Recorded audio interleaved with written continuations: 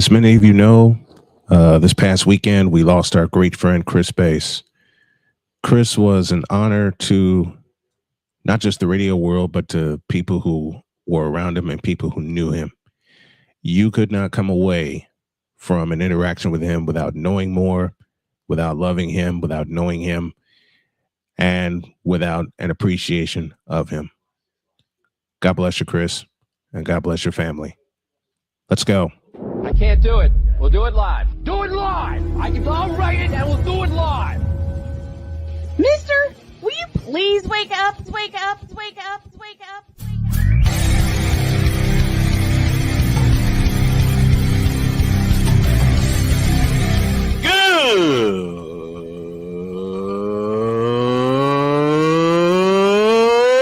Good morning!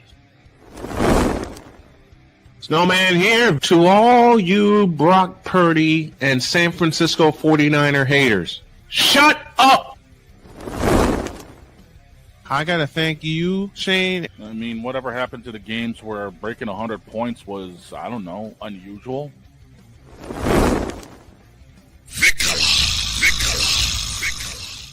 There was one word to sum up the All-Star weekend. Trays. Cause we take this job so serious. Splash Brothers, yes. Ray Allen, replace him with Steve Kerr. Reggie Miller, yeah.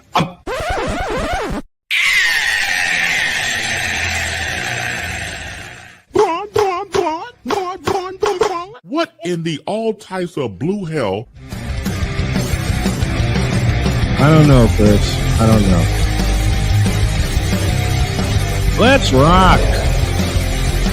Let's go, buddy. Let's go. Chris, we're going to laugh. We're going to honor you by laughing.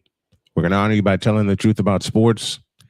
And we're just going to be ourselves because that was your greatest advice, not only to me, but to everyone who came to know you. Good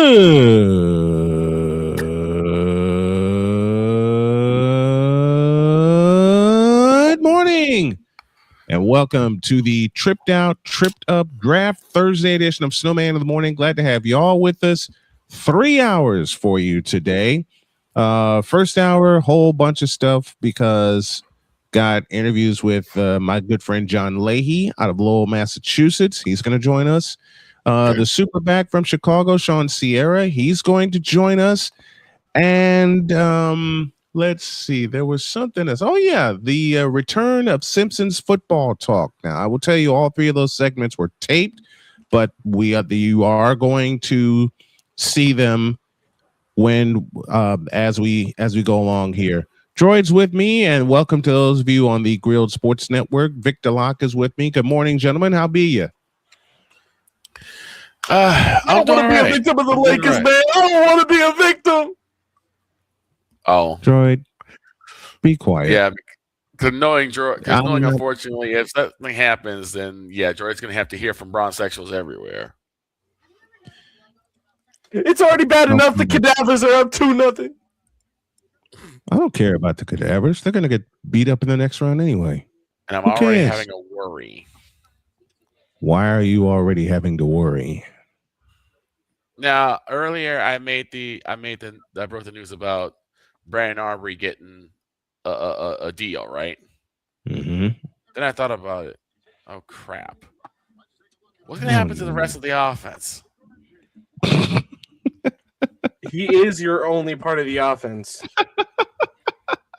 Seems like it. It's not seems like it. That's just is it. Brandon Aubrey's been the only part of the Cowboys offense since last season. Did we forget about what George Pickens did? Who cares about GP3? Hey, he's one of our elite receivers right now. Elite. Shut up. I mean, at least we don't have to worry about. At least we don't have to trust. Who puts George Pickens and elite in the same sentence? I ain't say elite, but he's best we got right now.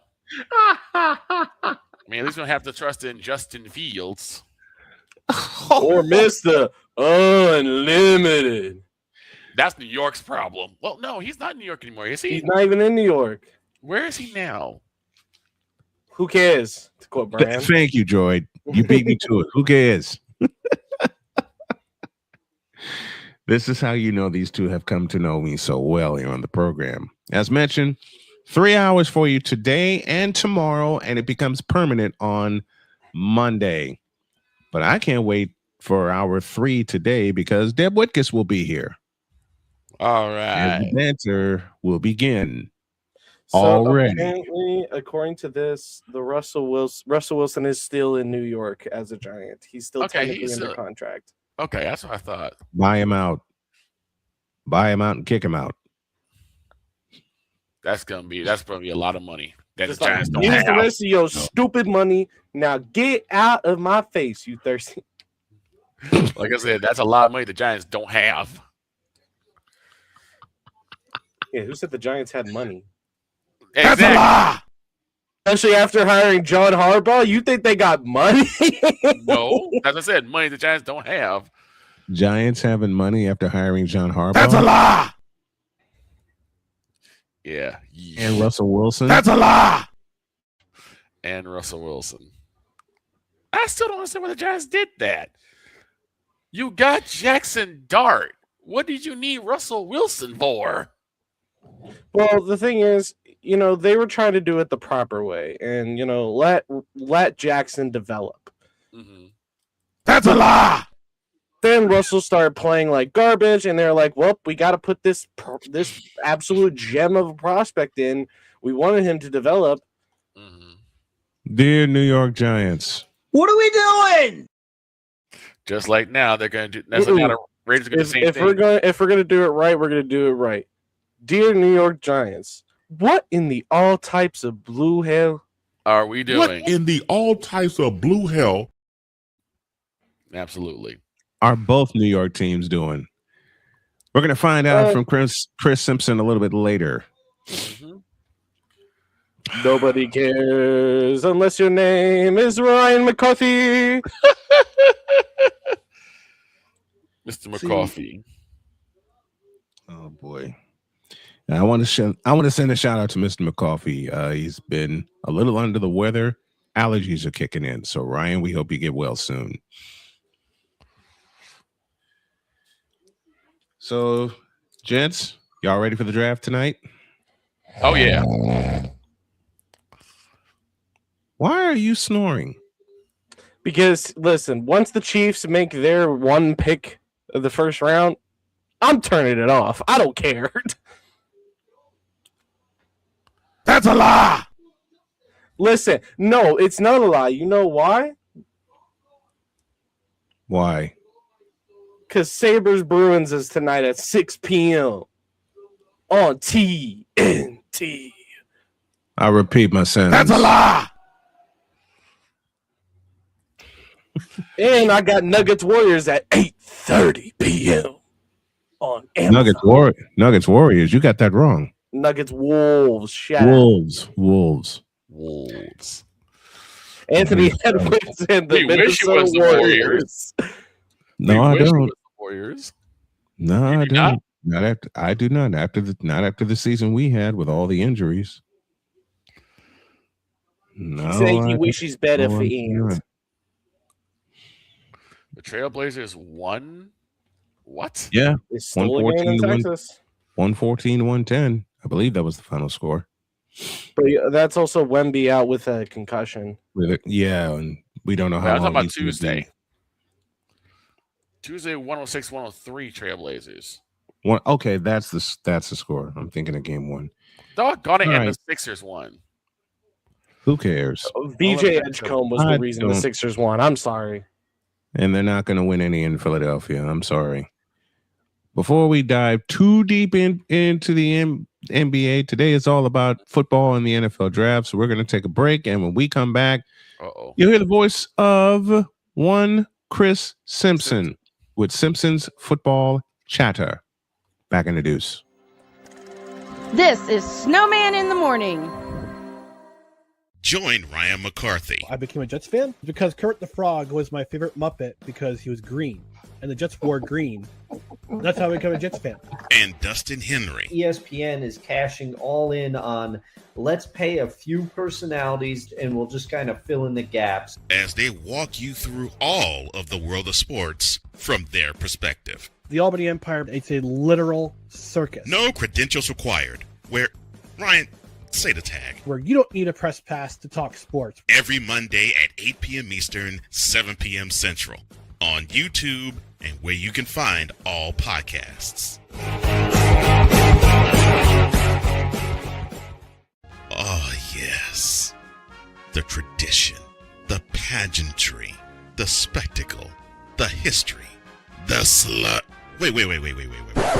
I gotta rep my brother's stuff right. All my DMV soldiers, stand up! And welcome to the Commander's Gridiron Report. You want your commanders to be repped right? Well, D. Willie is your man. Commander's Gridiron Report. Every Tuesday at 11:05 a.m. Eastern, 10:05 a.m. Central. On the Sotoba Media YouTube channel. Music by J. Cool. Where's my soldiers? Right side. Commanders. Where's my soldiers? Left side. Join the transporter to Hades. Your butt and gut becomes one. Join the reformer of hooker whores. This is my daughter, Placenta Booty Johnson. Join the bronze car. Whenever you are in distress, take off your baseball cap and throw it in the air. Join your very own superhero of broadcasting, Chris Bass. So whatever color crayon they get, they palm it and do 2 circles, and that translates to, I can be the black people. As she takes you through the week's paces in Baseline. Live every Saturday at 8 a.m. Eastern, 7 a.m. Central, Pacific Time Zone people, just stay asleep when this is on live and just catch the recording. Oh, I'm sorry. Exclusively on the Chris Bass YouTube channel.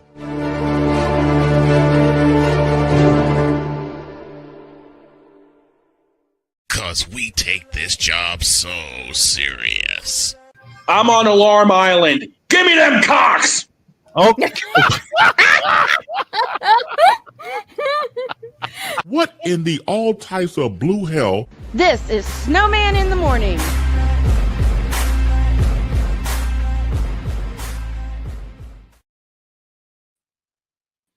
A pizzle on the bottom left of that. Man, I'm having fun with the crew covering the NBA draft, and it's going to be a ball, it's going to be a party, and it's going to be a lot of laughs. As we continue our draft coverage, someone's missing. Jody just handed me a note here. Oh yeah. We got to have some football chatter, Simpson style.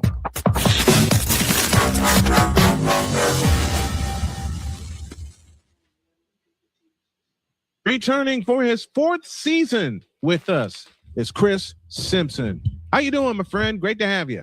Likewise, as always. Thank you for having me. I'm doing well. You? I'm great, man. The draft is here. All the mock drafts you can think of have flown across my desk. And before I even came on the air, my wife asked me, "Are you going to do at least one mock draft?" I told her no. She says, "Why not?" There's too much unpredictability in the draft. I mean, we know who's taking the Raiders taking with the first pick, but after that, that's where all the fun starts. So this is a fun time. Yeah, it really is. And I think the draft, I think the draft starts at number 2. Because I think the Jets are going defense with that first pick. Because you remember they also have a pick at 16. Yeah. And that's courtesy of the Indianapolis Colts with the Sauce Gardner deal. Yep. Yeah, I'm thinking the Jets are probably going to go Arvell Reese, that stud linebacker from Ohio State. They could go David Bailey, or I'll give you a little wild card, B. Don't be surprised if they go Carnell Tate. I wouldn't be surprised. I wouldn't be surprised either. I think he's the best pure wide receiver in this draft. And I mean, remember, this was a guy who started at number 3 on the depth chart, and then he just kept working his way up and really became an intricate part of what they did in Columbus last year. What I love about Carnell Tate is that he has great hands. And I was introduced to a stat a few years ago because I heard it on a broadcast, the catch radius. The catch radius for Carnell Tate is insane. Yeah, and for me, it's his route running. I mean, look, couldn't care less what you do with catching the ball and everything. But as a wide receiver, I look for 2 things. 1, what are you doing to free yourself to get open without the ball? And 2, once you catch the ball, what are you doing with it in space? Yards after the catch really stand out. Yeah. Yeah, that's a great point. Yards after the catch has become such a big stat, especially lately. Who are some other stud wide receivers aside of Carnell Tate that could, I capitalize the word could, go in this first round?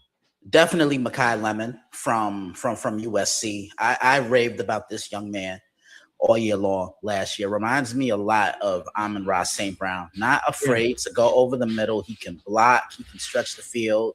He can go over the top and take the coverage, take the top off your coverage. Just tough, and I think any team that gets him, they're going to benefit from his services. I think no matter where he goes or whoever happens to grab him, he's going to have an immediate impact. It's just about a foregone conclusion that the Raiders are going to select Fernando Mendoza, the Heisman Trophy quarterback winner out of Indiana and national championship winner. How does Mendoza, 2-part question here, how does Mendoza benefit the Raiders, number 1? And number 2, do you give him the keys immediately? How does he benefit the Raiders? They got a long way to go. Yeah. I mean, hey, listen. I think they're getting it right. You saw how active they were in free agency. They had the money and they spent it, so I'll give them that. But they're nowhere close to being considered a winner. I think he comes in and hopefully he can give them a little bit of stability at quarterback because this is something they haven't had in quite some time. I mean, dare I say it, maybe since Derek Carr in 2016. And to answer number 2, would I give him the keys in week 1? I would. I mean, you drafted him number 1 overall for a reason. Brian, look, you've watched a lot more football than me. You're a little older than me. And name a time when you've ever seen a number 1 pick sit on the bench outside of Eli Manning. I haven't. Because Eli was a number 1 pick in 2004. Right. And the best example of me seeing a number 1 pick and getting the keys immediately was Peyton Manning with the Indianapolis Colts. And Cam Newton. Cam Newton, and I'm trying to think. There were others. Andrew Luck. I mean, you remember the Colts released Peyton Manning to draft Andrew Luck. So Andrew Luck became Manning's successor. And he got the keys. He got the keys immediately to the offense. Peyton Manning, Cam Newton, Tua Tagovailoa. When he came in, they immediately gave him the keys. And Joe Burrow. And Joe Burrow. Same with Joe Burrow was a number 1 overall pick. So I think Fernando's going to start. But I think the Raiders were smart in signing Kirk Cousins, a guy that can really mentor him. Because in this league now, you really have to have a quality backup. Right. You really do. And I mean, Kirk Cousins is at the tail end of his career, but I can't think of another guy that would be really concerned that Minnesota for Fernando. Chris Simpson joining me here in the NFL Draft. You talked about teams having a reliable backup quarterback. I submit to you the story of Mac Jones and the year he had with San Francisco. Yeah, he had a great year last year. And honestly, I think it's all about just finding the right system and the right fit for you. When he was in New England, they really didn't put a lot around him. He had better weapons around him in San Francisco, and he was able to thrive. I mean, he really kept the 49ers afloat when Brock Purdy was out. I really got to give him props. And that's also a testament to coaching and Kyle Shanahan. I thought last year was the best job that Kyle has done since taking that job. Agreed. With all the injuries that the 49ers went through, losing Nick Bosa, losing Fred Warner, Exactly. Losing Ricky Pearsall for a few weeks. You lose Brock Purdy for 8 weeks, and yet somehow they kept rolling along. And I think it surprised everybody that thanks to the loss by Detroit, I believe it was week 14, San Francisco clinched the playoff berth, and it had the rest of the NFL going, what? I'll tell you this. You know, if Mike Vrabel didn't win Coach of the Year last year, Kyle would have had my vote. Same. Without question. I mean, you lose all that. And then let's also mention that he loses George Kittle to a 20 Phillies in the playoffs against Philly. You lose one of the best parts of their offense in George Kittle. So they lost a lot of flexibility on both sides of the ball. And yet they went into Philadelphia, even what you mentioned a moment ago, even losing George Kittle to a torn ACL, and they come out of there with the win against the defending world champions. Best win of the season for them, if you ask me. Yep. Best win of the year for them. They just went into Philly and punched them in the mouth. They did. They did. We're looking at the draft order, and I'm going to come to the New York Giants at number 5. I know they got a lot of pieces missing, but what is their most pressing issue? No, I think they need a quarterback of the defense. You know, a guy that can rally the troops, a guy that can kind of be that glue piece in the middle, right? You know, a guy that can call the plays and knows everything. And I think Caleb Downs would be absolutely perfect here. If I'm being completely honest here, Brian, I think he's the best player in this draft. You talk about a rangy safety that can do it all. Play in the box, pick up slot receivers, pick up running backs in the flat. Probably could defend a tight end if he wanted to. Can cover a lot of ground, and he's that one guy that makes you circle, and you have to know where he is at all times. Because if you don't, he will make you pay. And I think he's the next great safety in the National Football League. I thought he was the best safety in the country. Caleb Downs was something else. Playing defense, man, and out of playing in the SEC, playing out of Alabama, where so much expectation was hyped on him, he delivered. He really delivered. He really did. And on top of that, you know, he became a key piece and a veteran piece for Ohio State. I personally don't think they win that championship without Caleb Downs. I don't either. I don't either. Let's look to number 6 to Cleveland. Where do they begin their annual repair? They need a miracle at this point. I mean, look, how many times have we been down this road? You know, in 4 years together on the air, how many times have we been down this road, right? No, look, I think they really don't have a receiver that scares you. You look at every team in the AFC North, you know, they have receivers that put fear into a defense. I mean, Cincinnati has Jamar Chase. The Steelers, they have DK Metcalf, and they just traded for Michael Pittman this offseason. You know, Baltimore, they have, you know, Zay Flowers. I think Zay Flowers is good. You know, I think I could see Carnell Tate fall into Cleveland here. He gives whoever's going to be starting that quarterback a true solid number 1 weapon on the outside, a guy that can come in and really have an impact off the bat.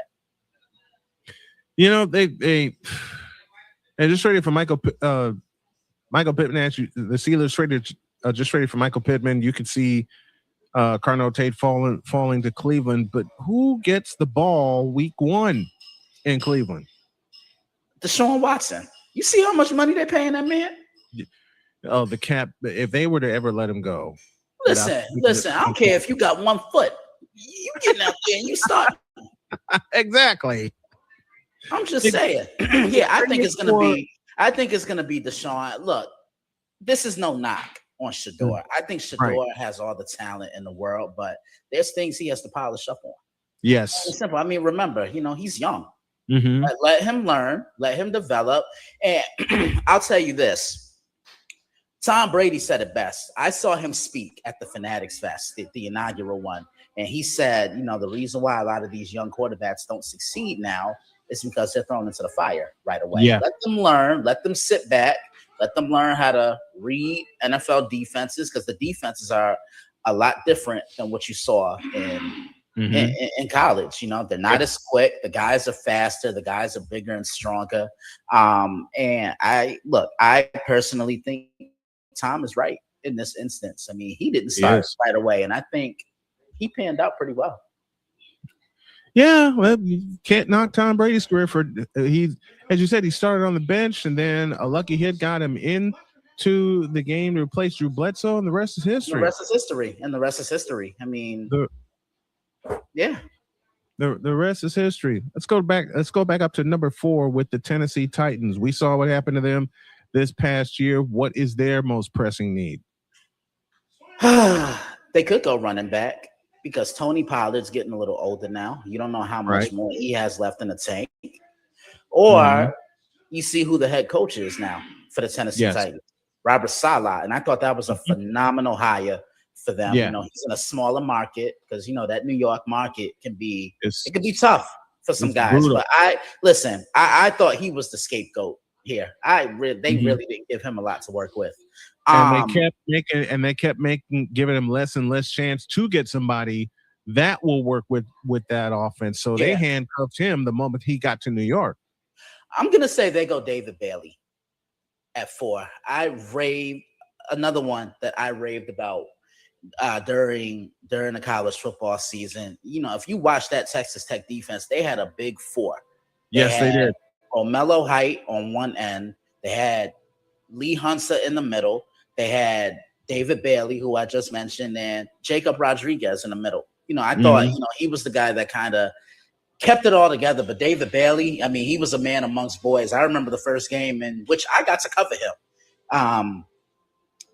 Plays the run the same way he does the pass, with that same relentless and consistent energy. And he just a motor. And I think Robert Saleh would really use him to his full strengths and capabilities. That's Saleh's strength because he was defensive coordinator for many years. How about Arizona? What is their most pressing need? Oh man, I mean, they could go offensive line. They have so many pressing needs. They can go offensive line. They could go quarterback. They could go, you know, they could go edge guy. They could go linebacker. But you know, I think running back probably suits them best because James Conner, we don't know how much longer he has. Or did they release him? I really don't remember. But yeah, I think they go and get Jeremiah Love, a true home run hitter, a big part of what the Notre Dame offense was able to do when the Irish handed him the ball and they ran the offense through him. You saw great things happen. I mean, he can take a play and take it the distance, you know, catches the ball out the backfield, and he blocks as well. So I look at these little things with a lot of these prospects. At 7 is Washington. Where do they go? You know, they can go edge guy. You know, I thought they had a tough time getting after the quarterback. I think they're going to go defense here. Whether that be defensive back, whether that be a linebacker. Why not a Sonny Styles? 6'5", about 240 pounds, can learn from Bobby Wagner. You know, I think Bobby is probably going to be out after this year, and he just give the keys to Sonny. But Sonny was such an intricate part of what Ohio State did, and I raved to you about the Ohio State defense throughout the year. I mean, that front 7 was so mesmerizing. Let's put it that way. And Sonny Styles was a big part of that. He was. Going to go down the order a little bit. Let's look at 11 with Miami. Tua is gone. They are in need of a quarterback because I don't know if Quinn Ewers can pull the trigger. But what do you see for Miami at number 11?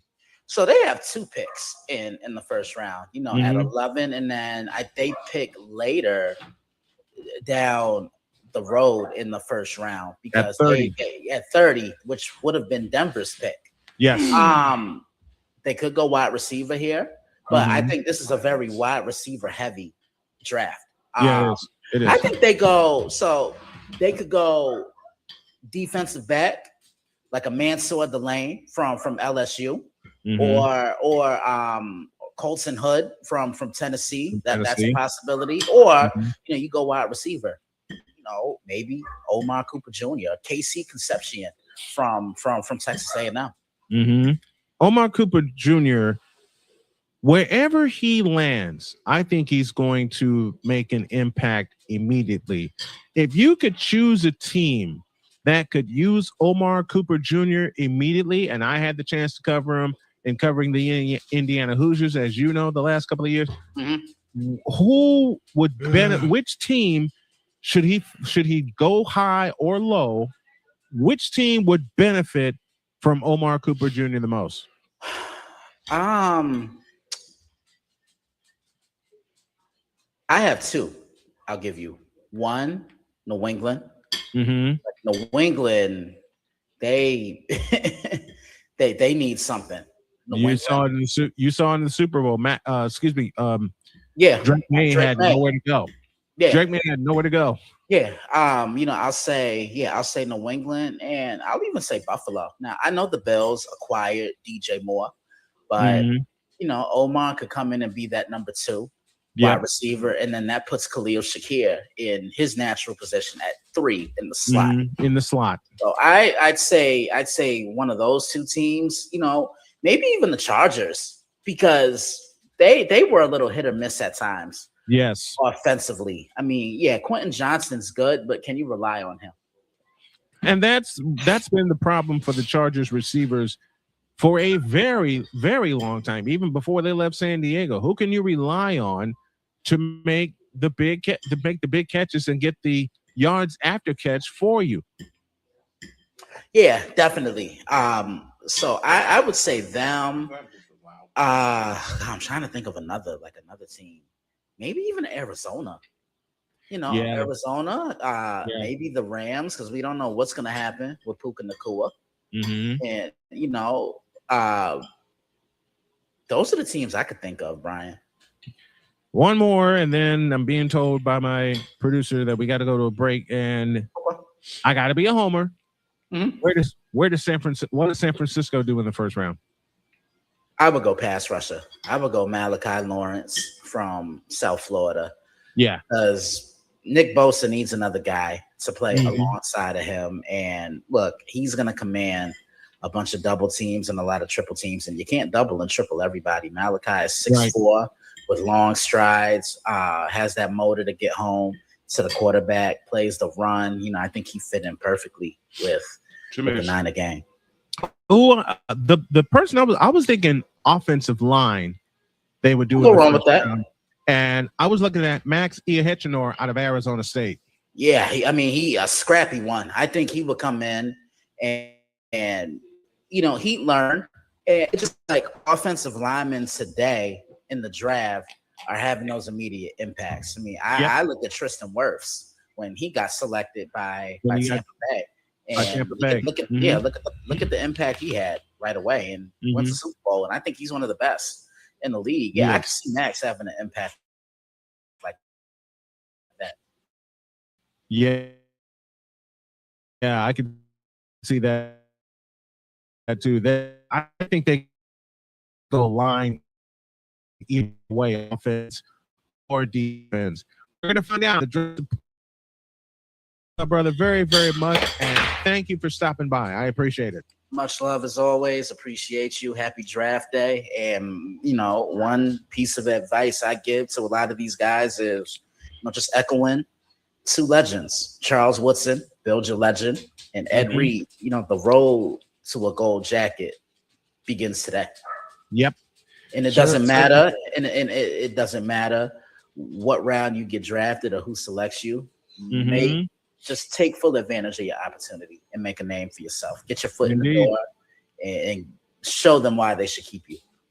Indeed. Thank you, Chris, very, very much. I love you. I can't wait to talk football with you this season.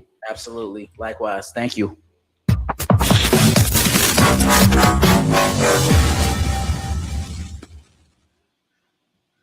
Go to the Go Jacket starts today, and two legends that were not drafted in the first round: Tom Brady, Joe Montana. How do you like them apples? Back in the deuce. This is Snowman in the Morning. Drew Willingham. In this case, you put the blame on Kyle Shanahan for apparently not preparing the team enough for the overtime rules, supposedly. Cole Johnson. Peyton was considered the winner, and he was the darling of all darlings for Gerald. With a special appearance by Tyrone Alizé McDummy. Ain't nobody calling me. Text delete, delete, delete, delete, delete, delete. Join these two football enthusiasts as they give you Total Football Talk.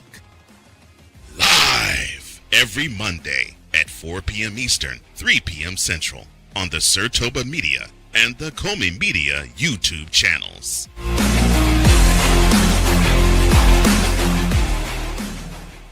Hey, Eagles fan. Join my man Cool McCain and a host of others as they break down every single game, every single week in an objective manner, and also from a fan's perspective as well. Remember, this cast feels just like you. Nobody likes you. And you don't care. Fly, Eagles, fly. Eagles Elite Podcast.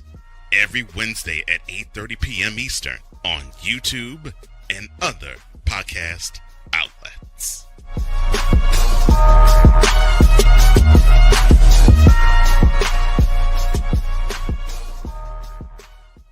From the hills of Santa Clara to the legacy of the stick, this is where red runs deep and greatness wears gold. 40 plus years a fan, 30 years in the booth, and now it's personal. The 49ers like you've never heard them before. This is That 49ers Show on Snowman Sportsnet. Hosted by Brian Snow, each week you will get a recap of the game that just happened and the game that will happen. All the stats, facts, and figures, all the fun notes, fan chats, and everything else you could put into 30 minutes. This is That 49ers Show on Snowman Sportsnet. Wednesdays at 7 p.m. Eastern, 6 p.m. Central.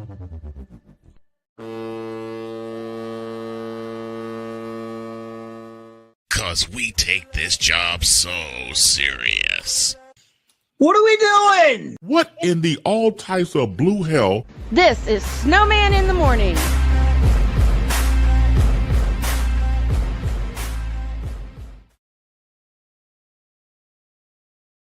On the screen is one of my best friends in broadcasting, and he's one of my best friends in life. As we revive Mike to Mike, please help me welcome John Leahy. John, how are you, Mike?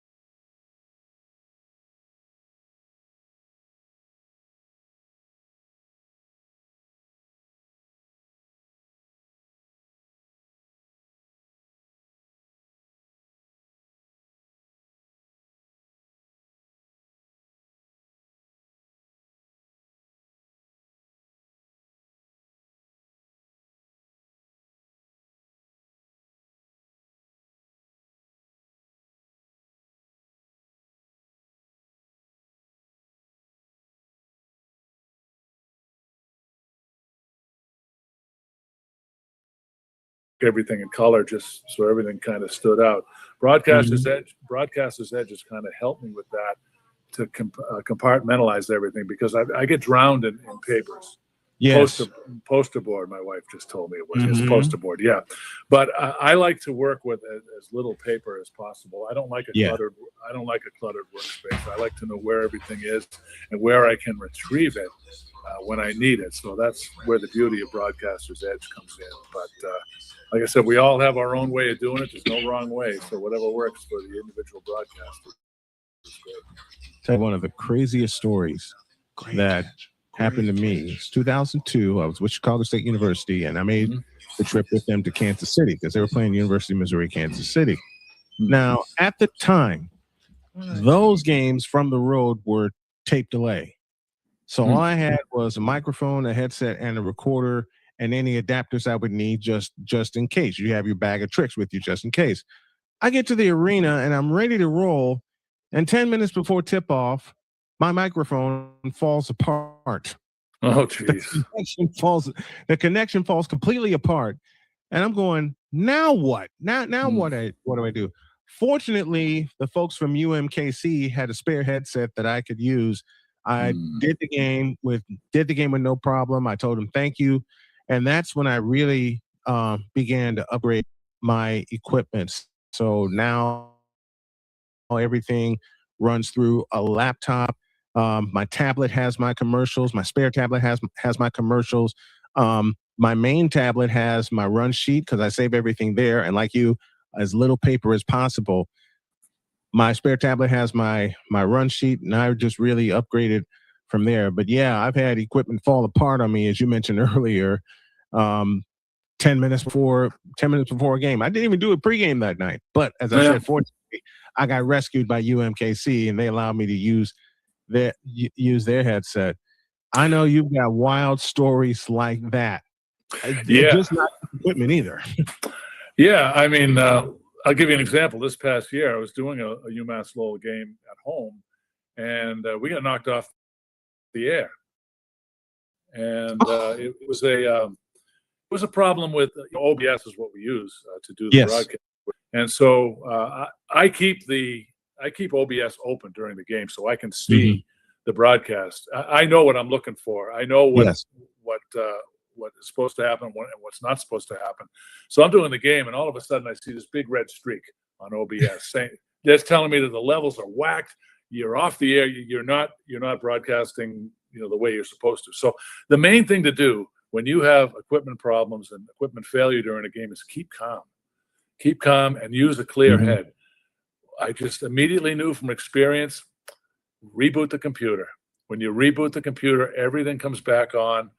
You only miss like a minute or two of action. You pray you don't miss a goal during that sequence. But remember, Brian, when you come back from technical difficulties and doing what you have to do, you can always recap for the audience. You be honest with your audience. Say, listen, we got knocked off the air for a minute or two. And this is what happened while you were away. Hopefully you'll say you didn't miss anything.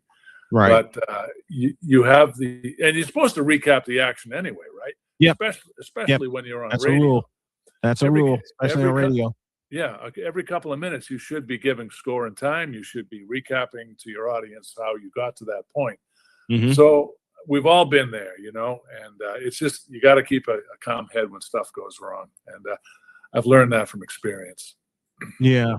Keeping a level head is so important. And I've had to learn that through experience several times. One of my other craziest games was 2002.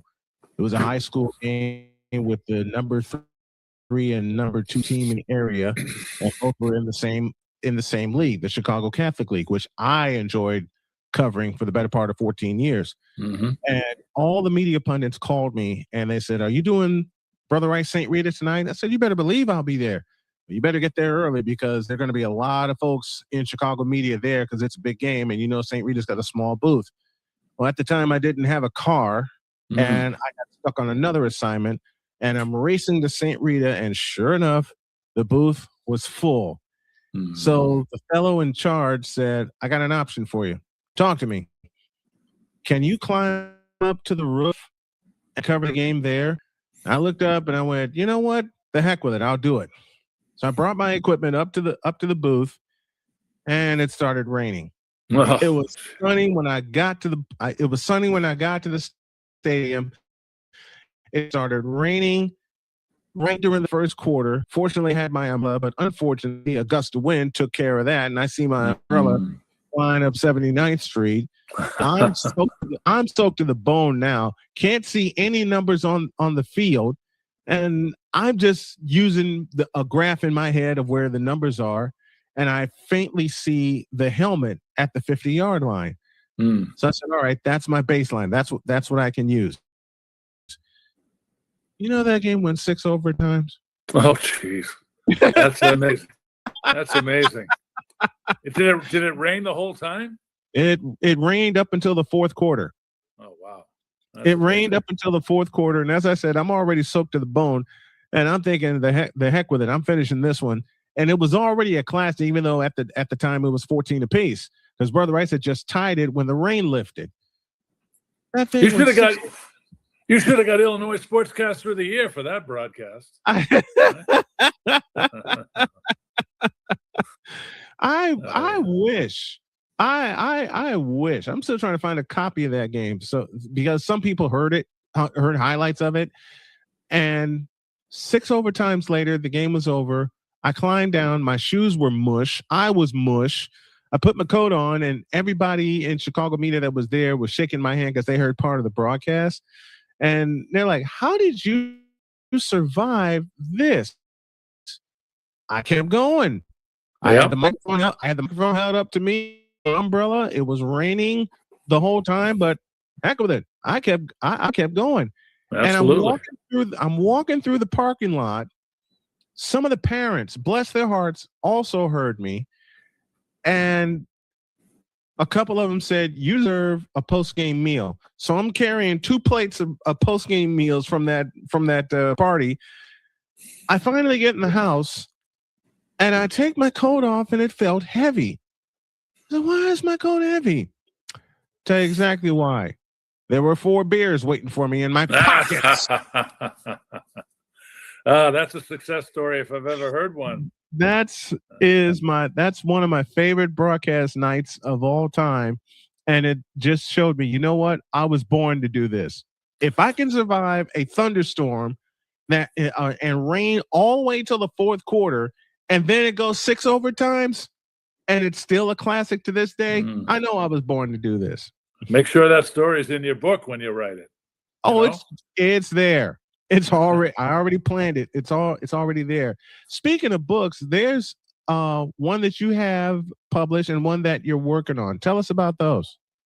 Well, I have 3 books actually that have been written. That they're on sale anywhere you buy books. The first book I wrote was called "Living a King's Life," and that came out of the 2009 season I had in Kalamazoo with the Kings. Kind of a day-by-day look at the team from the broadcaster's perspective. It's kind of like a day-by-day diary of the team. So that was the first one. The second one was called Breakaway Wisdom, where I sat down with the coaches of Hockey East, and we talked about success concepts, and I asked each coach to talk about the success concept, both from a personal and a professional level. There's some great stuff in there. You got guys like Jack Parker, Jerry York, Dick Humilli. These are legendary coaches in college hockey. Yes. And hockey. So these guys are in the book, and they shared some great wisdom. And the most recent book is Living on Air, which is a compilation of life lessons I've learned over both 60 years of living and 30 years in the broadcast booth. And I'm working on the 4th one now. As you well know, you were interviewed for this book. Yes, sir. It's going to be called Hat Tricks and Home Runs. And we're going to talk about a whole bunch of stories from 30 years in the business. But it's not only going to be just the stories. We're going to start from the early years and work our way up. And we're also going to talk to some people that have different roles at athletic events. Like we'll talk about PA announcers. We'll talk about referees. We'll talk about official scorers and stuff like that. So we'll bring the whole picture together in one nice book. So I'm almost ready to write it. I'm finishing the research part of it now. And hopefully when I get back from Virginia next week, I should be able to start writing it. I was so honored when you got a hold of me and you wanted me to be a part of that book. I couldn't resist. I wasn't going to resist anyway, because as I said at the top of this, you indeed, my friend, are one of my best friends in life and in broadcasting. You've always been there for me and with me. I appreciate you for wanting to have me in that book. And I got to tell you, man, I appreciate you so very much. Well, I appreciate that, Brian. The feeling's mutual, and hey, we all have stories to tell, right? And Yes, we do. And that's what this book is going to be about. It's going to be a lot of great stories going to be shared. And I talked to a lot of great people for this book. I mean, I talked to Paul Stewart, who was a former NHL player and referee. I talked with Tom Calhoun, who's the public address voice of the St. Louis Blues. He's going to be in the book. That's wonderful. A lot of great people who I've had the chance to work with over the years contributed to it. So it really will be something special. It'll be ready in 2027. And then hopefully we'll have a book signing in the summer of 2027. So I'm really looking forward to getting that out there. When that book signing happens, Jody and I will do our best to be there for that book signing. That is great. That's John Leahy, one of my best friends in broadcasting, giving you the scoop on how to prepare and sharing some stories as well. And be ready for hat tricks and home runs to come out next year. John, I love you. An absolute pleasure, my friend. Brian, it's always a great experience for me having the chance to talk with you. I love your stuff. I've been watching your play-by-play and all your shows, and you do a great job. Keep up the good work, and I look forward to staying in touch. Thank you. Man, we got a lot more stuff to do. Thank you, John Leahy. Of course, we, as I mentioned at the top of the show, we taped that last night. But we got more to do, and I think after the break, I'm going to get yelled at for giving you an ID. So we'll do that. We'll do our scoreboard update and all the other fun stuff. Snowman in the Morning, Hour 2 begins. Introduce. This is Snowman in the Morning. Drew Willingham. In this case, yeah, you put the blame on Kyle Shanahan for apparently not preparing the team enough for the overtime rules, supposedly. Cole Johnson. Peyton was considered the winner, and he was the darling of all darlings for Gerald. With a special appearance by Tyrone Alizé McDummy. Ain't nobody calling me. Text delete, delete, delete, delete, delete, delete. Join these two football enthusiasts as they give you Total Football Talk. Live every Monday at 4 p.m. Eastern, 3 p.m. Central on the Sertoba Media and the Comey Media YouTube channels.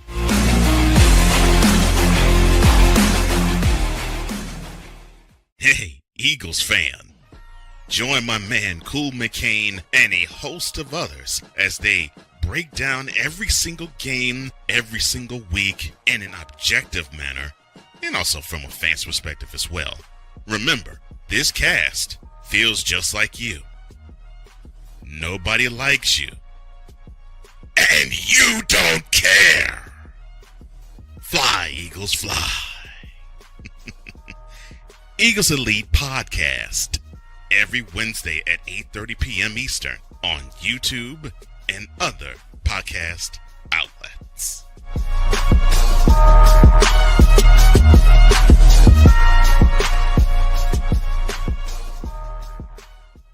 From the hills of Santa Clara to the legacy of the stick, this is where red runs deep and greatness wears gold. 40 plus years of fan, 30 years in the booth, and now it's personal. The 49ers like you've never heard them before.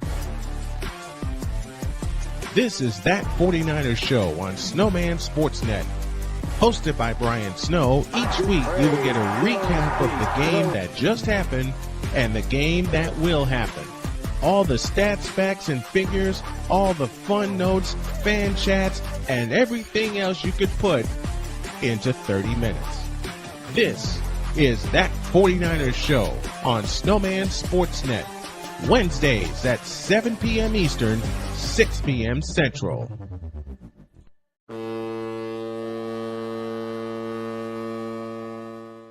because we take this job so serious.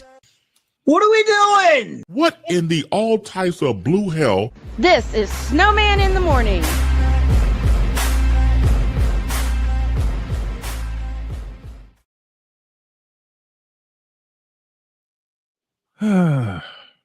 Okay, I'm officially tired now. WNID, this is Snowman in the Morning. You're listening to WJKS. Wait, TV, wrong one. broadcasting live Wrong in your one. region, across our nation, and around the world. This is Snowman Multimedia. We need to see it. Father O'Shaughnessy need to go to hell. It's really, in the end, basically a skill issue. Here he is back in the shotgun, takes a snap, throws to Jesus Christ. Shut up!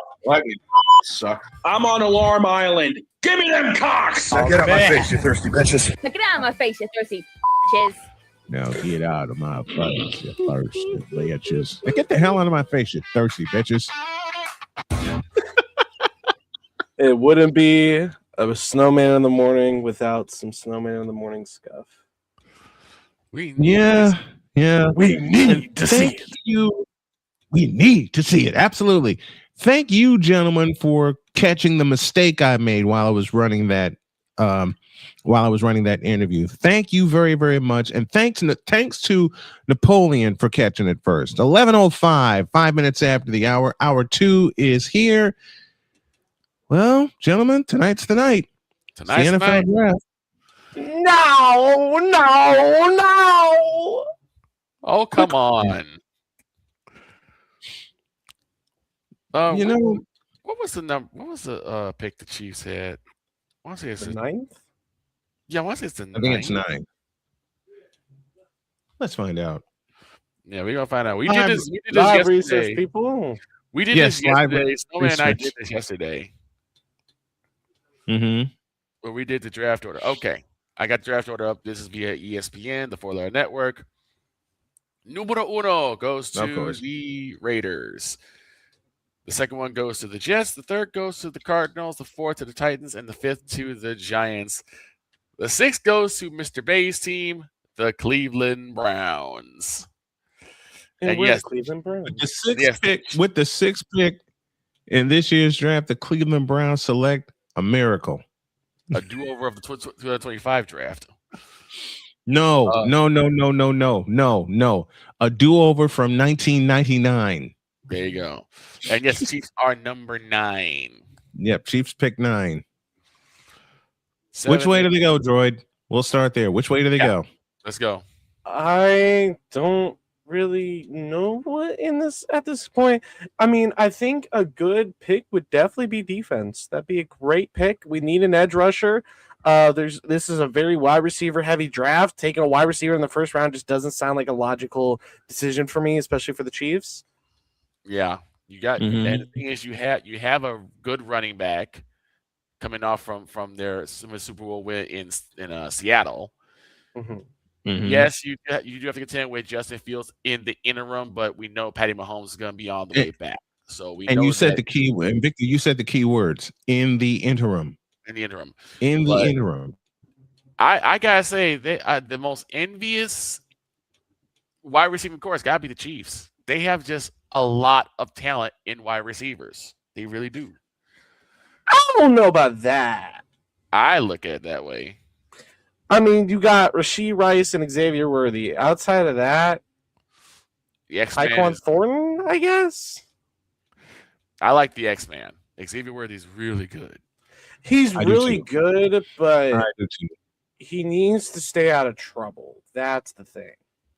That's even everybody. And he needs to do better route running. That's another thing. Oh, Lord, that man cannot run a route to save his life. That's gonna be a hindrance, but Needs to do better route running. What? He's got to Hey. get more. He's got to get more precise with his routes. with his cuts particularly. Mhm.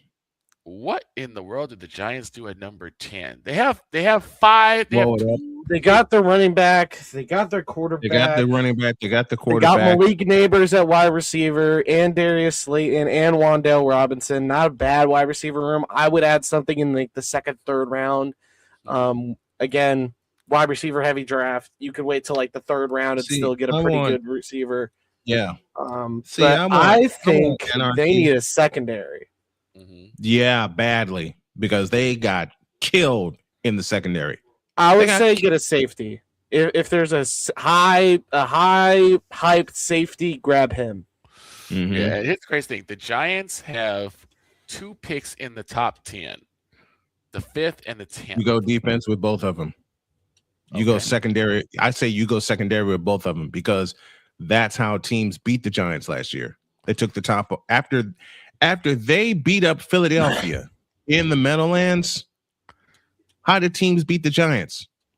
Over the top. They took the top off the secondary. Yep, over the top.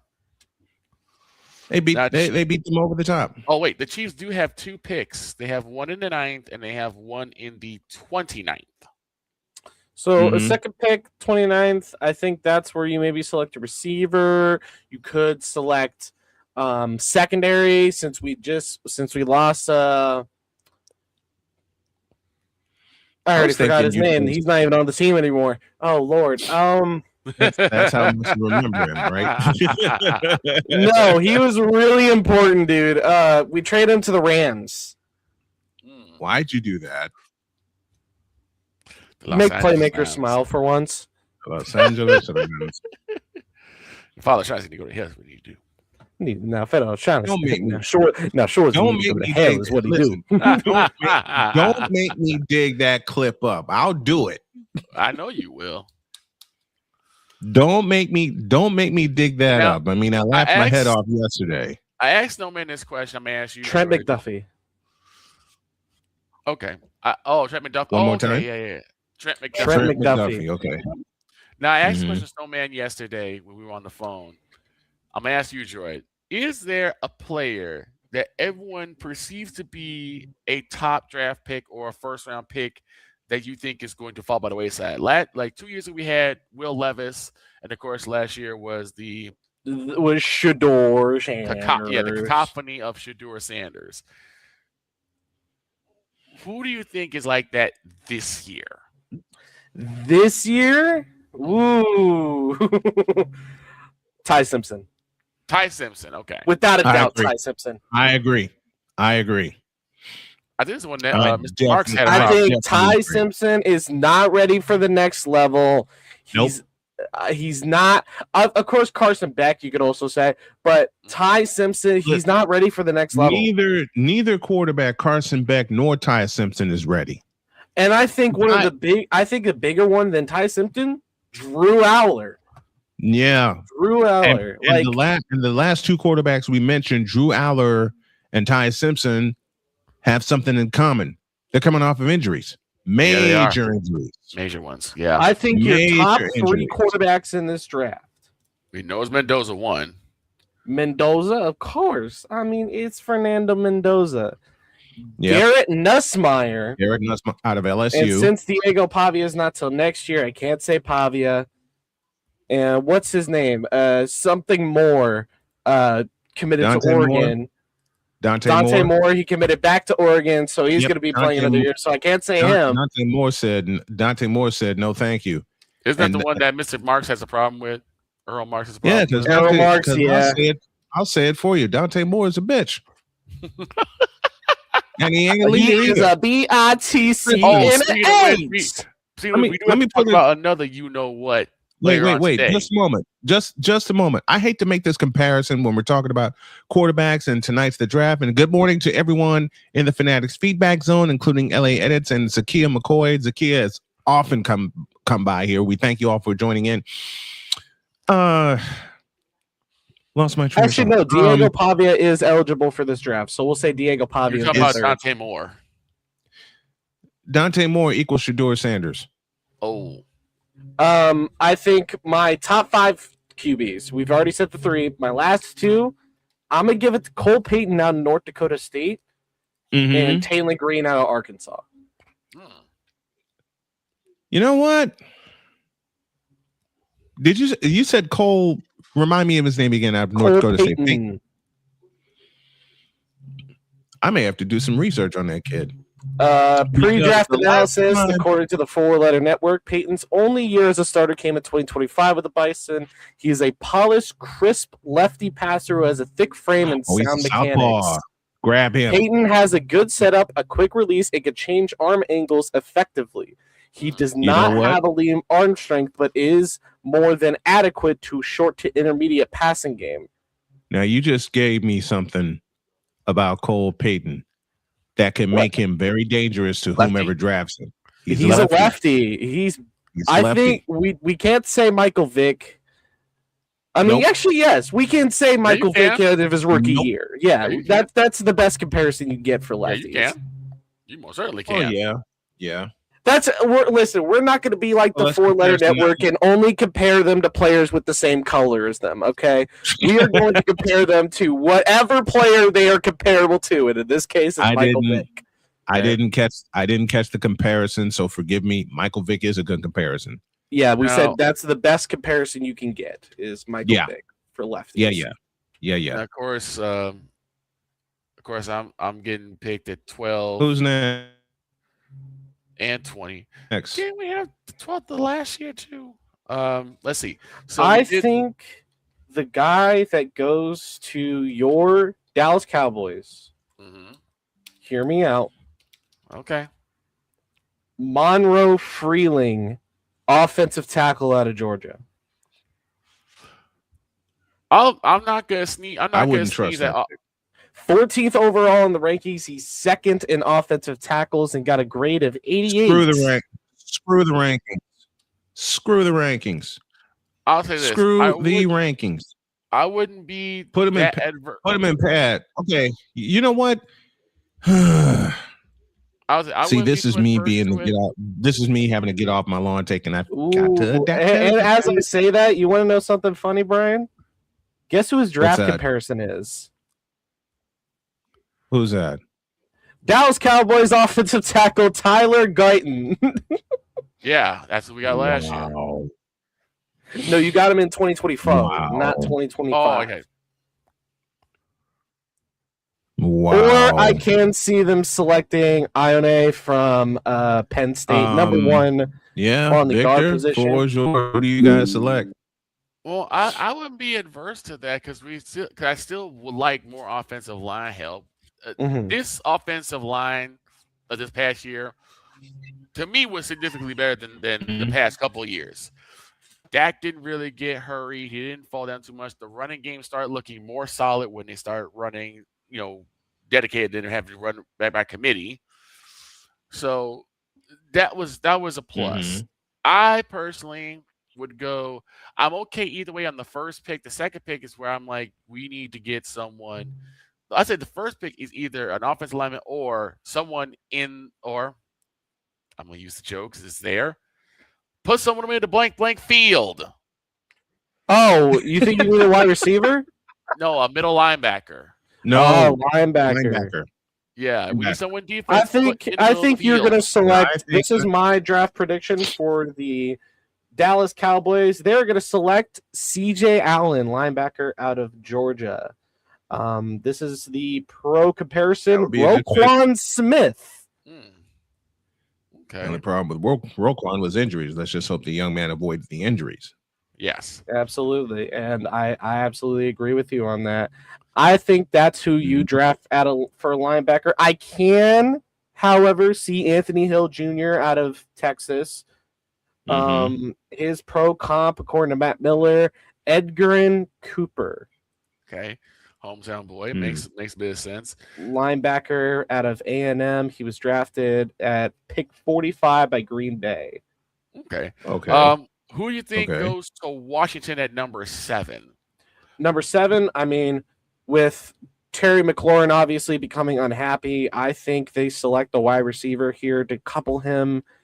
And I think I have. Well, I Jordan, have you the pick one, and receiver. Snowman, you pick one.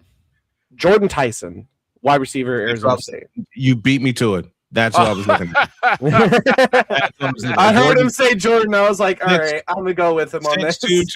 6'2", 200, can be a number one wide receiver, versatile. He's explosive, and he can run.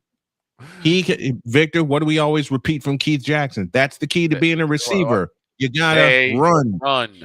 They run. Okay, and playing with a healthy Jaden Daniels. You need someone who's a speedster. You need someone who can burn the secondary. You need that. You absolutely need that. Okay, so let's go up to. You gotta have someone take the top off the secondary. Jordan Tyson, I think, goes to Washington.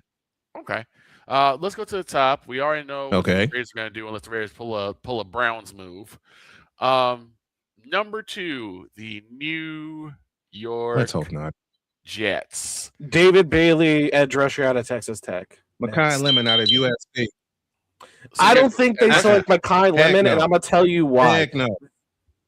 They just got rid of one of their edge rushers, and they're probably going to get rid of Jermaine Johnson. So you got to select an edge rusher to take his place. Okay.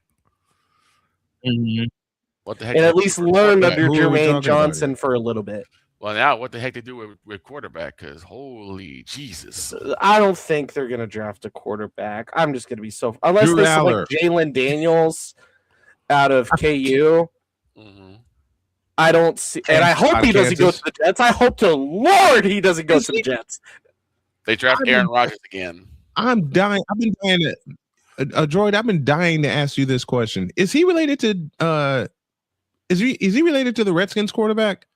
Jalen Daniels? Him and Jaden are not blood related at all. It is just a coincidence that their name is the same. Just like Miller Moss. Coincidence is just a thing. Okay. All right. But if they are going to draft a quarterback, I can see, sadly, the fate of Ty Simpson going to the New York Jets. Going to the Jets. Going to the Jets. All right. But it'll be lower than 2. But I'm of course kidding. I don't think Arvell Reese is going to fall to 3rd overall. I think he's actually going to get selected by the Jets. Okay. Yeah. Number 3, the Arizona Cardinals. Now, this is where David Bailey gets taken. Cardinals need nothing but a defensive line, and that'd be a good start. Okay. Sports means that's Forget who the Bucs that. take. The Cardinals need a quarterback. Well, the Cardinals need a quarterback. Sports memes channel says Bad. who the Bucs take. Again, Brian, you got plenty of good options later on. Like, I can see Cole Payton going to the Arizona Cardinals. Dear God, no. I don't want them to ruin that young man. I kid as I said. Would you rather him take Pavia? I don't want him to get ruined either. Would you rather go to the Browns? Oh, dear God. Okay. You want to hear the 4-letter network's pre-draft analysis on Diego Pavia? Sure. Pre-draft analysis. Though Pavia doesn't meet prototypical measurable standards, he is a big playmaker and ultra competitive. His arm strength is adequate to good, but he is not a polished passer in terms of mechanics and delivery. Pavia's deep balls often float, and he probably would struggle to drive the ball into tight windows against NFL defenders. He is at his best in the short to intermediate passing game, excelling with RPO reads and accuracy. Pavia has some trouble finding passing lanes because of his stature, but he has great escapability and is very dangerous outside of the pocket. He is a dangerous option runner too, displaying true running back skills. Pavia can accelerate when on the run and will lower his shoulder to get the tough yards. Overall, his size is a concern, and he would benefit from staying in the shotgun at the next level. I'm going to say pick him up. Only reason why I say pick him up is because usually whenever the 4-letter network brings up a prospect, I go the opposite way. I'll give you a perfect example. I'll give you Drew Brees. I'll give you from a basketball standpoint. They gave Steph Curry like a mid-C projection. They gave him a C. They gave Steph Curry a C-. A C-. And he's the greatest shooter of all time. Right.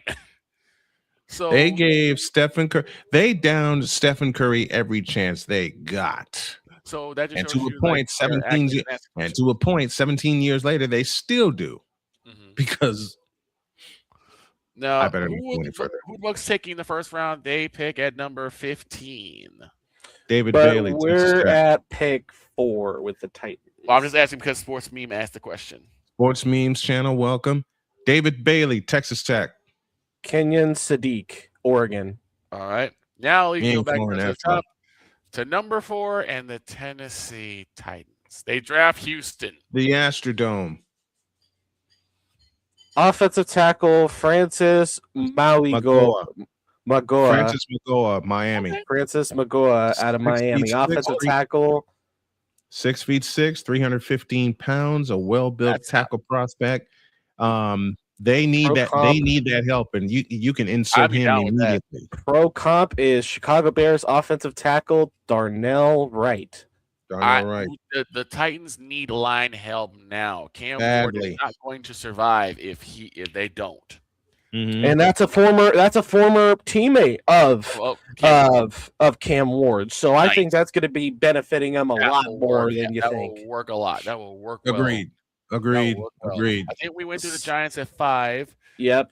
6 is the Browns. The Cleveland Browns. We're the Cleveland Browns. They forfeit their pick due to being the Cleveland Browns. But if we're going realistic, we have a surprise bit of news. The Cleveland Browns just forfeited all their draft picks. Do you know how mad I think that happens? They're going to reach and select Mansour Delane, DB out of LSU. His pro comparison is the newest member of the LA Rams, Trent McDuffie. That's a comparison. We already went through pick 7. Yep. Pick 8. Oh Lord. Who's that? Who has pick 8? Number 8, the New Orleans Saints. They draft the Superdome. They're gonna draft Sonny Styles, linebacker out of Ohio State. Okay. No, they're not. No, they're not. Who are they gonna pick? Garrett Nussmeier out of LSU. They are not selecting Garrett Nussmeier the year after drafting their quote-unquote quarterback. It's going to be at least another year before they draft a new quarterback. They draft Garrett Nussmeier out of LSU. It's going to be Sonny Styles. You know why? This dude is 6'5", runs a 4.46, has a 43.5-inch vertical, and is 244. His comp is Fred Warner. If you can get that comparison and a 91 grade, you're going to go far in this league. All right. We won't fall to New Orleans. Of course, we know number 9 is the Kansas City Chiefs. We talked about them. We talked about the Chiefs already. This is I think we talked about the second pick of the Giants, which is number 10. I don't think we talked about the I don't second think we pick did of the either. Giants. Joy, who you But got? I know who they're going to take. Carnell Tate, Ohio State. Carnell Tate, Ohio State is going to be Carnell their Tate. second pick of the first round. Malik Neighbors needs a running mate badly. But if Mekhi Lemon is still on the board, I would take Mekhi Lemon. I mean, look at how Emeka Egbuka did for the. For me, if you put Mekhi Lemon and Carnell Tate on the same team, I think Mekhi Lemon outperforms him. I'm going to take Mekhi Lemon to go to the Giants. I don't want that for him because this is like the most promising wide receiver out of this whole class. Yeah. But it might be his fate at the end of the day. Gotcha. Yeah. Who's next? Next one is A Pizzle's team at number 11, the Miami Dolphins. I have a surprise. That's where Garrett Nussmeier goes. No. No. No. Because you got I have a surprise. Malik Willis, right? I have as it stands right now, Quinn Ewers would be their starting quarterback. So you know what, Droid? Still on the team, I believe. So you know what, Droid? I repeal my statement. I think they do go after Garrett Nussmeier. Yeah, Garrett Nussmeier. I take back my statement. It's definitely a reach because he's ranked 87th. It's a reach, but what's the one position Miami needs badly? A QB, but I think they're not going to draft that first round. I think what they're going to do first, and I know it's stupid to say because chances are they won't actually do this, but I think they draft the 6'4", 320-pound Penn State guard. Some line help. It could go either way. And his pro comp is Quinn Miners out of the Denver Broncos. Went to UW Whitewater, Wisconsin. Okay. So we talked Cowboys at 12. Yep. Who's at 13? The Los Angeles Rams. LA Rams? The LA Rams select. Who's their tight end right now? Wait a minute. Just a moment. Ooh, I don't know. Just a moment. I know I shouldn't make this joke, but I'm going to make it anyway. You know who the Rams select? The playmaker. Darnell, the playmaker Solins, to be their next head coach. I think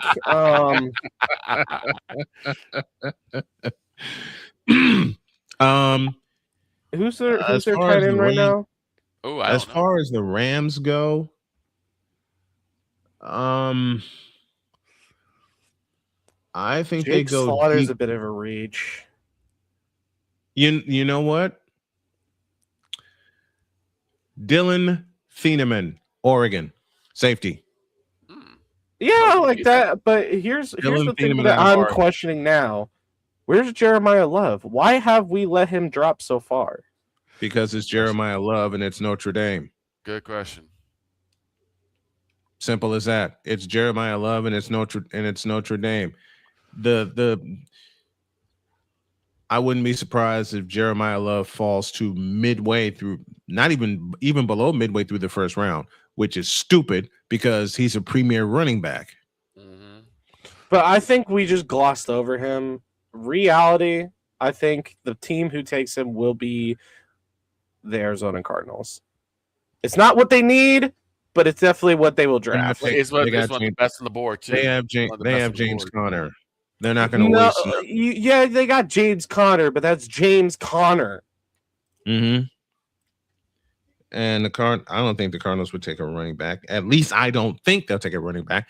This is why I don't do mock draft. Well, would you rather him go to Arizona or Tennessee? Neither. You gotta pick one. No, I don't. Picking one gun to the head, you probably would go with Tennessee, mainly because Tennessee desperately needs a running back. But will Tennessee take one? It's you know Tennessee. what? Your guess is as good as mine. I think Tennessee would be the team that would select Jeremiah Love. So who did we say for the Tennessee Titans? I don't even know. It was a But guard. It was a guard. We rescind whatever that was, and the Tennessee Titans select Jeremiah Love, running back, Notre Dame. All right, number 14, the Baltimore Ravens. Oh boy, Spencer Furneaux out of Utah. What's his position? Tackle. Okay, so some offensive line help. 6'6", 308. They say he's somewhat. They say he's somewhat undersized, but when you have King Henry, all you need to do is make a little bit of a crease, and Derrick Henry will do the rest. Make a crease or seal the corner. Competitiveness, strong, and Baltimore is going to run more of an outside zone scheme anyway. Okay, and hopefully Spencer Furneaux can keep Lamar Jackson where he's supposed to be, in the blank pocket. Because why? Because yes, Lamar, it is you. Because yes, Lamar. I have to find that meme now. Throws downfield too. Oh, Jesus Christ. That's Dak Prescott. We talked about number 15, which is the Bucks. The second pick for the Jets is at number 16. 16, you said? Yep. We pick Ryan McCarthy. I'm gonna hate Kenyon Sadiq. I think be they the need a tight end so bad. Get out of my head, man. Because that's where I was going. Kenyon Sadiq. Okay. I made a bad joke one time and I said the Jets select Antonio Brown as their owner just to get a rise out of Mr. Coffee. Oh, God. No, it's not going to happen. No, it's not going to happen. So, Dadgummit, I don't have it. Offense. So, what was the pick you said for the Jets, Droid? Probably some offensive linemen. Okay, I was like, actually, no. I said in reality, because they don't have a good quarterback, I would say they select Ty Simpson. But I think they select what's his name? I think it was a safety. Okay, I was saying, did they go offensive defense? Oh no, it was linebacker. It was Arvell Reese, Ohio State. Okay. Next one at number 17, the Detroit Lions. Oh, the Lions? Yes, the Lions. The Lions. The Lions are thinking, let's I'm go gonna back to troll losing. here. Parking was easier. Cardinal Tate. No, just because he's there. Because Connell Tate. He's just there. But realistically, Like the I think they Cleveland Browns. select Jermod McCoy, 6'1", 188-pound cornerback from Tennessee. Okay. Hmm. You got one, Snowman? Where did we put Caleb Oh. Downs? We gave him to Cleveland, right? I think so. Yeah, you gave him to Cleveland. That's your fault. Listen. This is the Cleveland Browns we're talking about. They're probably know going to let him fall to Washington, okay? I know that. Y'all gonna summon Mr. Bay over here. He gonna be like, I'm gonna drive to Bring him on. We're gonna revive Chris Simpson. He's gonna come on the show while we're live While and be we're like, doing you this, fools, right? You let Caleb Downs go to who? Yeah, exactly. We're talking about the Detroit Lions. Yes, we are talking about the Lions. Hold on a second. Tails. TJ Parker, Clemson. Okay. All right. So it was a choice for me between him and Denzel Boston out of Washington. Okay. All right. To number 18, they go to the neighbors to the north in the Minnesota Vikings. Paul Allen's drinking bill. Yes. No, I'm kidding. The shot is up. The kick is up. Still up. No good. Are you kidding me? Okay. And it's no good. Okay. I think it's going to be Reuben Bain Jr., linebacker out of Miami. I don't think it's going to be him. I think Not it'll be linebacker, Caleb edge rusher. Jesus. I think it'll be Caleb Banks out of Florida. 6'6", 330. They need the beef on the defensive line. Okay. Number 19 is, oh, Jesus Christ. And that's who they pick. I'm talking about the Carolina Panthers. Picking number 19. Everybody. We get everybody else. Jalen Daniels, quarterback key. No. Casey Concepcion out of Texas A&M. Okay. 5'11", he's undersized at 5'11" because average receiver now is like 6'2", 6'3", yeah, and about 215 pounds. So Casey, 5'11", 190. He can sprint with the best of them.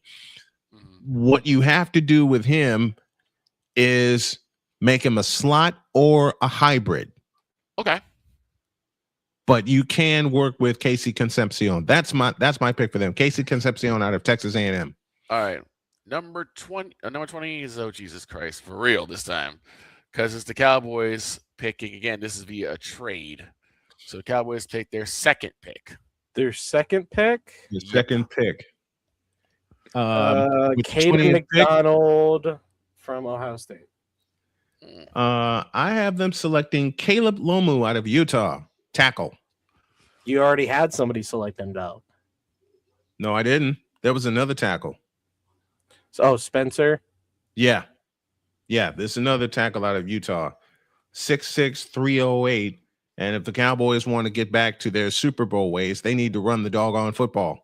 A lot. Please. We need that. All right. We need to see it. I definitely see it. At number 21. Let me correct it. Victor needs to see it. I certainly do need to see it. He said, please, Lord, let me see it just once in my lifetime. I mean, I've seen the other Super Bowls of the 90s, but it's like, doggone it, I'd like to go back to one more, please. Mm-hmm. Or at least not get laughed at out of the playoffs. Number 21, oh boy. The turkey of the 2025 NFL draft. The Pittsburgh Steelers. The Pittsburgh Steelers. Now, I got to tell you this story.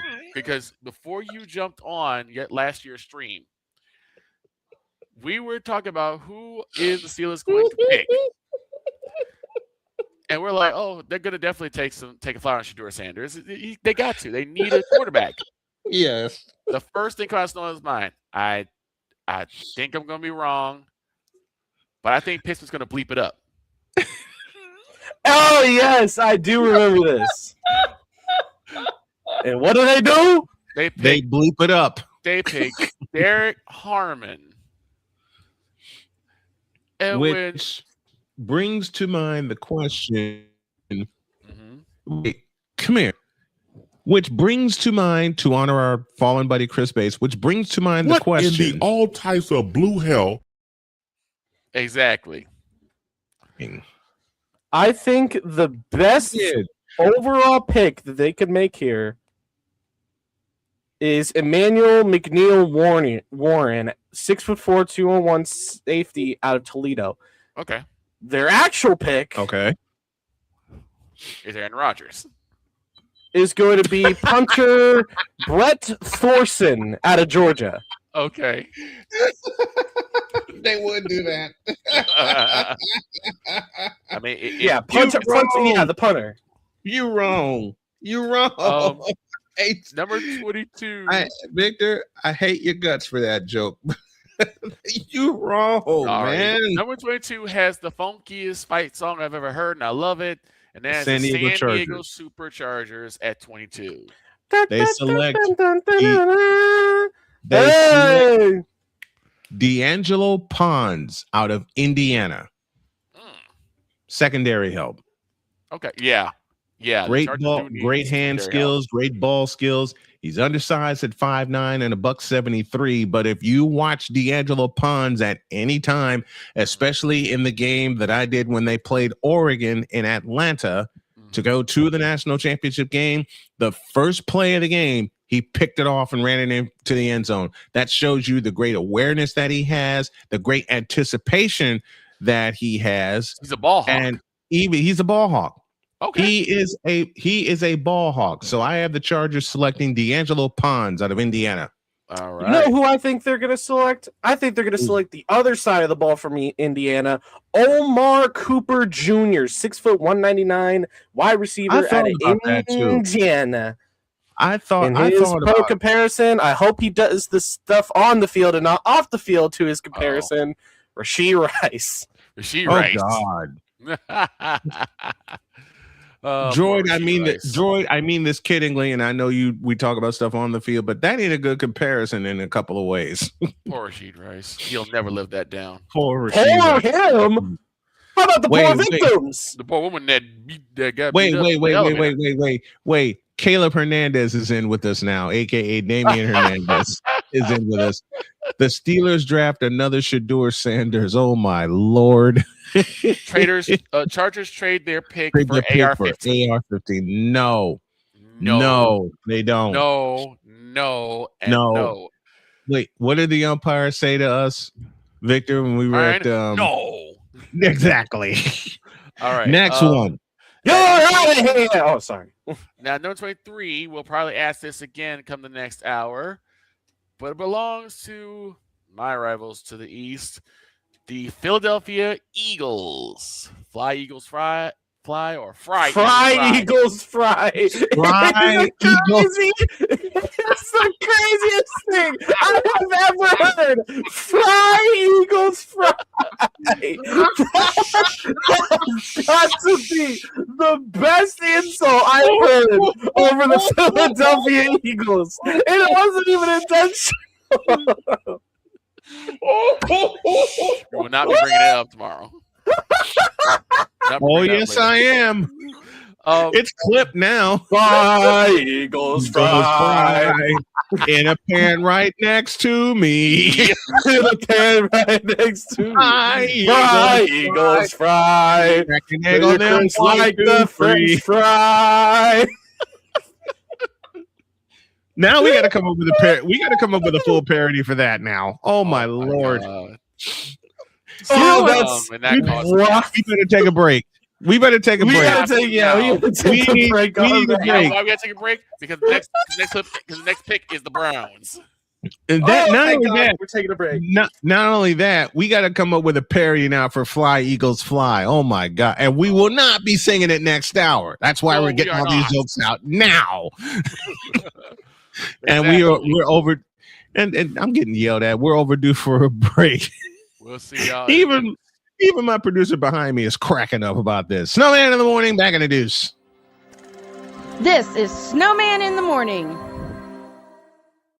Drew Willingham. In this case, yeah, you put the blame on Kyle Shanahan for apparently not preparing the team enough for the overtime rules, supposedly. Cole Johnson. Peyton was considered the winner, and he was the darling of all darlings for Gerald. With a special appearance by Tyrone Alizé McDummy. Ain't nobody calling me. Text delete, delete, delete, delete, delete, delete. Join these two football enthusiasts as they give you Total Football Talk. Live every Monday at 4 p.m. Eastern, 3 p.m. Central on the Sertoba Media and the Comey Media YouTube channels.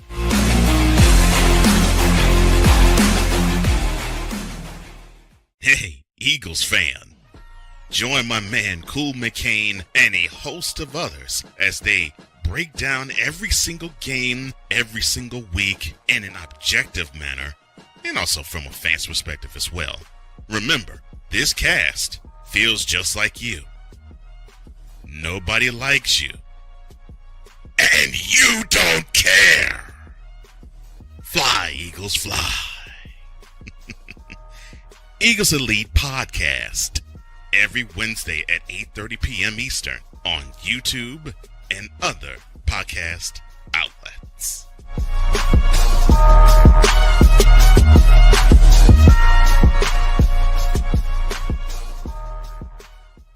From the hills of Santa Clara to the legacy of the stick, this is where red runs deep and greatness wears gold. 40 plus years of fan, 30 years in the booth, and now it's personal. The 49ers like you've never heard them before. This is That 49ers Show on Snowman Sportsnet. Hosted by Brian Snow, each week you will get a recap of the game that just happened and the game that will happen. All the stats, facts, and figures, all the fun notes, fan chats, and everything else you could put into 30 minutes. This is That 49ers Show on Snowman Sportsnet. Wednesdays at 7 p.m. Eastern, 6 p.m. Central.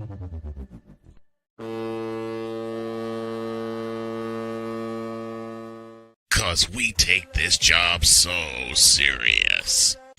What are we doing? What in the all types of blue hell? This is Snowman in the Morning.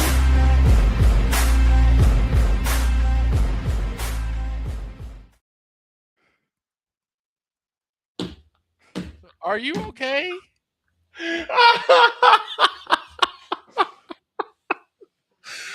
Oh my heavens. Oh my gosh. I have a headache. Caleb Hernandez, stop snitching. 47 after the hour, and we just had the cut of the year. Yeah. Thank you, Victor Locke, for that. Lord, help us, Deb Wickus. It will please fry us. Please don't say anything. I'm not. We're saying it. We're saying it. I don't know what you're talking about, Victor. I feel like Foghorn Leghorn. Don't do it. I get blamed for it. You're darn tootin' you're gonna get blamed for it because you said it. Because you're the one who slipped up and made that whole thing. I think what Victor was trying to say. Let's fly, Eagles, fly.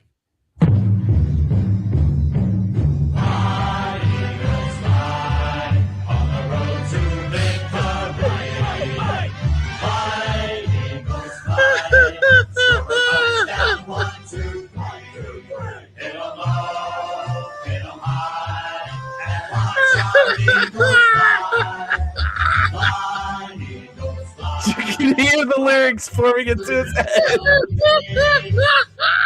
E-I-G-L-E-S, Eagles. This is gonna be brought up during. Is that what we're gonna sing after every Eagles loss this year? Fly, Eagles, fly. You just lost to the Saints. Oh no! Do you know? Do you know how? I'm telling you right now. I'm sorry, folks. I'm sorry. If the Eagles ever lost a game to the Saints, you'd have We Deb would in not here mad. listen. You'd have Cool in here mad. Listen, Cool if the McCain. Eagles, Cool Breeze McCain. if the Eagles ever lost to the New Orleans Saints without Drew Brees in tow, right, that entire hour, that kills me. The entire second hour of the following show, we would be invaded by Deb Whitkus and Cool McCain. I would give them the camera. I'll take myself off of the camera and walk out for an hour. Listen. I'm gonna be so honest. We talk about Mike. We talk about Mike drop Moran. What about Mike drop Victor Locke? Victor. No, give me this button. You know what? That oh no. That comment constitutes this. Ladies and gentlemen, these are the random musings of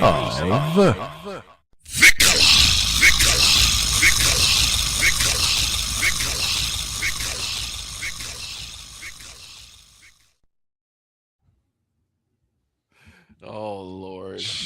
I don't think you're ever gonna top that. I won't.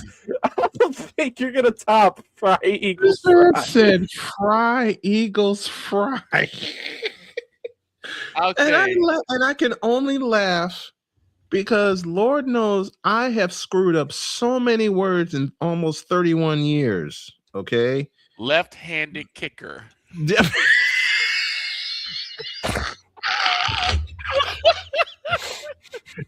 And folks, that would happen live on the air, okay? Yeah. I am not innocent of any of those charges, okay? I have messed up words on the air live, okay? Lord have mercy. I just didn't expect that. Gosh. I heard it and I was like, hold on. He said Fry what? I did too. I did too. I said it correct. We were talking about time, and folks, I said it wrong the second time. So it came out Fly Eagles Fry. And always Fry Eagles like, yeah, let's go with it. In case you're just joining us, we're in a bit of a laughing fit because of a blooper Victor did live on the air. He did it on purpose, I swear. No, I didn't. No, he didn't. I know he did it, but still, I'm gonna give him. We're gonna give him shit for it. Mr. Hernandez is trying to snitch on me too. I can already see him. Fly Eagles Fry. I think Victor got so excited to talk Eagles. Yeah, because I want he slipped. I can say it with. Look, and it was right. And it was right. You know what? What makes it so bad? Victor led with that statement when he said, "Is our team to the north of us, our rivals to the east. Our rivals to the east." There you go. Thank you. Our rivals to the east, the Philadelphia Eagles, and the next sentence we heard was "Fly Eagles Fry." Fry Eagles. That's his Fry Eagles Fry now. Now we got a parody in the works. Lizzie Claudio, good morning to you. Now we got a parody in the works. Oh my God, no. We got a parody in the works. All right. Lizzie, you're right. Game over. Very much so. Very much so. 24. I'm going to try to get back on here. 24 goes to, I can't even say it now. I can't believe that just came out of my mouth.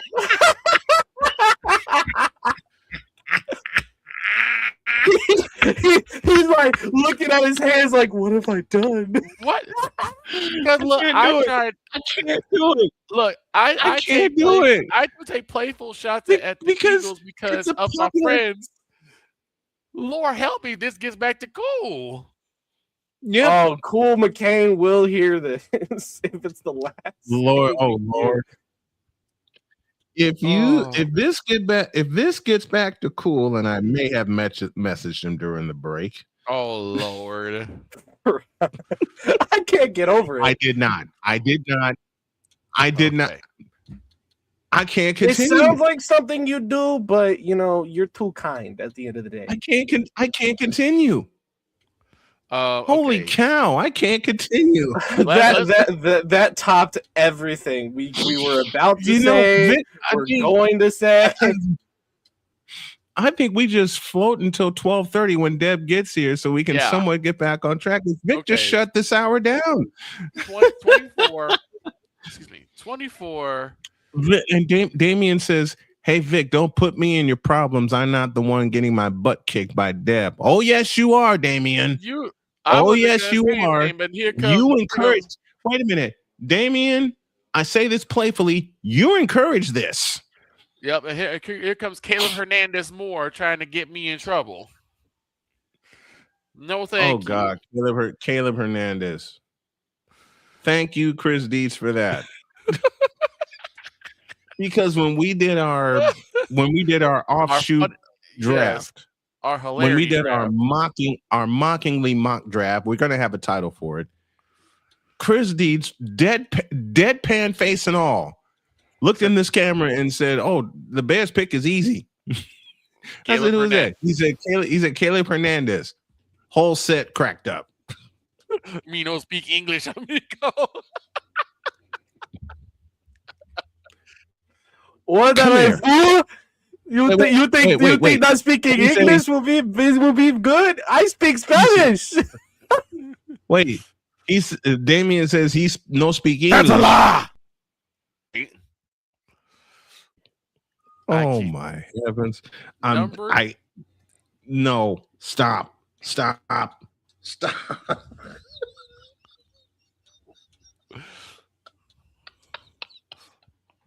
I was gonna say we'll be back after this, but jeez, we need a break. I think that's wait. In honor of one of our crew members, I'll use a clip popular to her that would apply to Deb. Uh-oh.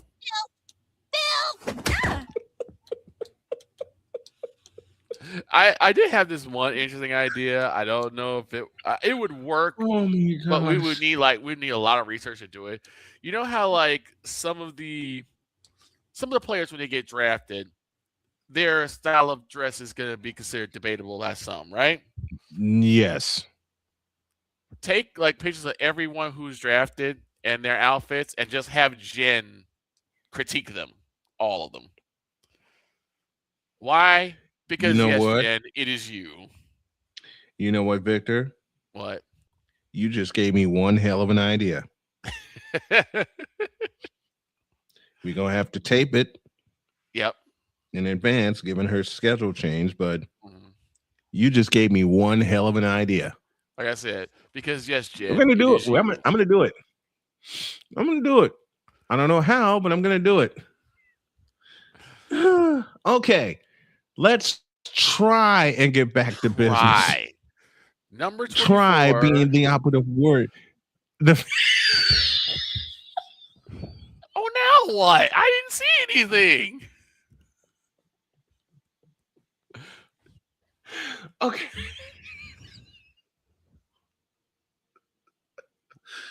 Victor, this is your mess, and it's your fault. I know it's my mess. And it's your fault. I'm trying. That's what I'm trying to make up for it, get back on track. I know. Start howling with laughter. Are you surprised given what you said? No. 24 is Mr. Bay's team again, the Cleveland Browns. We never finished our pick for the Eagles. Oh, no, I thought you guys already picked for the Eagles. We were too busy laughing. Okay, let's go back. The Philadelphia Eagles fly. Eagles fly. The Eagles select Chris Bell out of Louisville. Because they're going to lose A.J. Brown to the Patriots. Yes, they are. So you need that. What if A.J. Brown goes to the Bears? No, he's going to the Patriots. No, Jordan, who and the Eagles no. pick?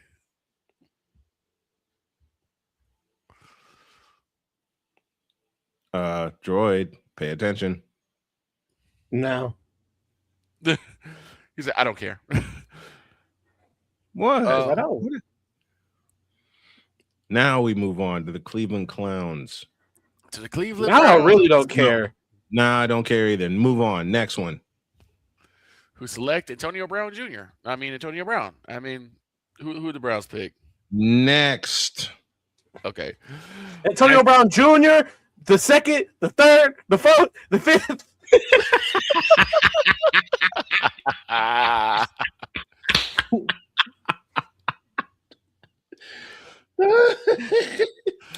Next one, please. Next one is going to perk up Damien's ears because it's going to be number 25. It's the Chicago Bears. So who joins the number one quarterback of last year? Caleb Williams. Caleb Hernandez. Shut your mouth. Who joins Caleb Williams? Shut your mouth. Okay. We're headed into the third hour. Just laughing our heads off right now, folks. I think we need to take a break. I gotta go to work. Okay. Oh man, Droid, you have a great day at work, my friend, and thanks for. I will try, and I pray for you, Victor, when Dead Wickus comes on. I'm praying for you. I'm praying for you, brother. I'm keeping my mouth closed. Oh no, Snowman's No, going you are to make not. it wide open. No, you're not. I'm keeping my Wait, Victor, he gonna open your jaw manually. Don't play with him. Wait a minute. Victor keeping his mouth closed when Deb gets That's here. a lie. No, I know it. Closed. All right, Droid. Thanks, buddy. We love you. Thank you, See you Droid. tomorrow. We do need a break. Bad. Badly. Oh my God. I can't believe that happened. I can't either, and I said it. I know. You're the one that flubbed it up, and now it's And that's the thing. That's the thing. Great. Why is my creative brain on overload right now? Please don't. Where's the dog? I need someone to I need a main switch with the dog. Where's the dog at? Have Shane take this. You the one who said it, you fool. Out of here like Speedy Gonzalez. See ya. You ain't going no damn where. Hour 3 after this. See. This is Snowman in the Morning. Join Ryan McCarthy. I became a Jets fan because Kermit the Frog was my favorite Muppet because he was green, and the Jets wore green. That's how I became a Jets fan. And Dustin Henry. ESPN is cashing all in on let's pay a few personalities and we'll just kind of fill in the gaps. As they walk you through all of the world of sports from their perspective. The Albany Empire, it's a literal circus. No credentials required. Where, Ryan, say the tag. Where you don't need a press pass to talk sports. Every Monday at 8 p.m. Eastern, 7 p.m. Central. On YouTube and where you can find all podcasts. Oh, yes. The tradition, the pageantry, the spectacle, the history, the slut. Wait. I gotta rep my brother's stuff right. All my DMV soldiers, stand up! And welcome to the Commander's Gridiron Report. You want your commanders to be repped right? Well, D. Willie is your man. Commander's Gridiron Report. Every Tuesday at 11:05 a.m. Eastern, 10:05 a.m. Central. On the Sotoba Media YouTube channel. Music by J. Cool. Where my soldiers? Right side. Commanders. Where my soldiers? Left side. Join the transporter to Hades. Your butt and gut becomes one. Join the reformer of hooker whores. This is my daughter, Placenta Booty Johnson. Join the bronze car. Whenever you are in distress, take off your baseball cap and throw it in the air. Join your very own superhero of broadcasting, Chris Bass. So whatever color crayon they get, they palm it and do 2 circles, and that translates to, I can be the black people. As she takes you through the week's paces in Baseline. Live every Saturday at 8 a.m. Eastern, 7 a.m. Central, No, Pacific Time Zone people, just stay asleep when this is on live and just catch the recording. Oh, I'm sorry.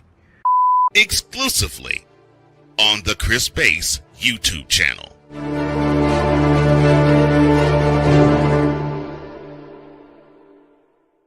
Cause we take this job so serious. I'm on Alarm Island. Give me them cocks! Okay. What in the all types of blue hell? This is Snowman in the Morning.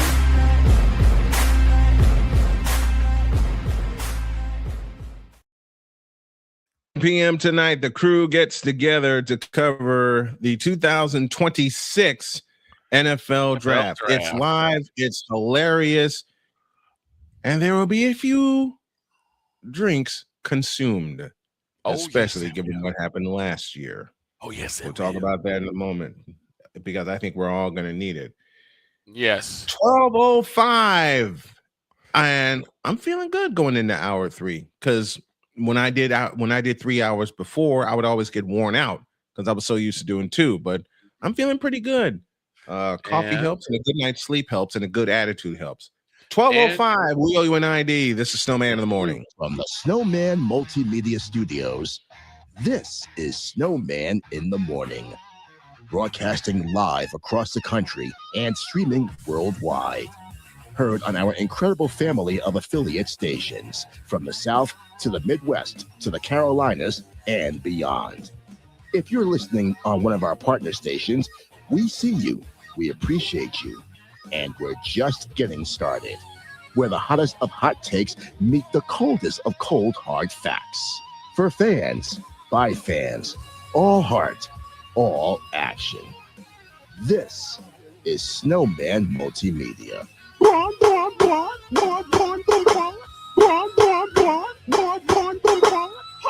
on smoke! I am too old for this bull. I'm the juggernaut, bitch! Oh, hell no! I ain't got no time for this bull. That's what Deb's gonna say in a half hour. No, please don't. That's what Deb's gonna say in a half. You know what? I just happened to be on my Instagram page, and guess who showed up? No. You know what? No. I'm not even gonna go there. I'm just gonna take care of this piece of business, and we're gonna move on. Hour 3 of Snowman in the Morning. 12:06 is your time. 6 minutes past the hour, and after we're done here today, I got about 10 minutes to get a quick nap, and then I'm on with Rod Peterson at 1:15. Then Mike Debate will join me. We'll tape an interview, getting ready for tonight's draft. But man, this has been fun. Yes, it has. This has been fun. This is the kind of hilarity and knowledge that you can expect from the 3-hour edition of Snowman in the Morning. Word salad. Now I flubbed the sentence. All Also, guys, of our affiliates have been updated. Go ahead, Victor. Also, if you guys like what you see and like what you hear, the hilarity, the sports, all that, help a man out with the Cash App. I believe the tag is $tallman Dr. K50. Also, if you just want to just like, share, subscribe, that helps too. It does. And want to thank everybody that has subscribed not only to our main channel, but our Snowman in the Morning channel and our Watch SMSN channel, Snowman Multimedia Sports Network. That is live and smoking. Nice. Okay. Now I'm going to ask a very dangerous question. Where'd we leave off? We left off with the Bears. Burrs. And the number 1 quarterback, Caleb Williams. Shut your mouth. I'm going. What? The Bears select Jacob Rodriguez, linebacker, Texas Tech. Oh, so help out with the defense. I think that's where they go in the first round. Yeah. Because the latter part of the season, that defense got, and it's not because of their play, it's because of their injuries. They got wrecked. Yeah, they got wrecked. They got absolutely wrecked. They became mass shooter of their own. So yeah, they need some help. They need some help. So you want to shore up that defense, and you want to give it some depth. Go Beagles. You want to give it some depth. Really, Caleb? Wait, what? This Damian Hernandez said, "Go Beagles." Beagles. Really? God. Really, Damian? Really? Number 26. Go all the way up to the Northeast, and we see the Buffalo Bills.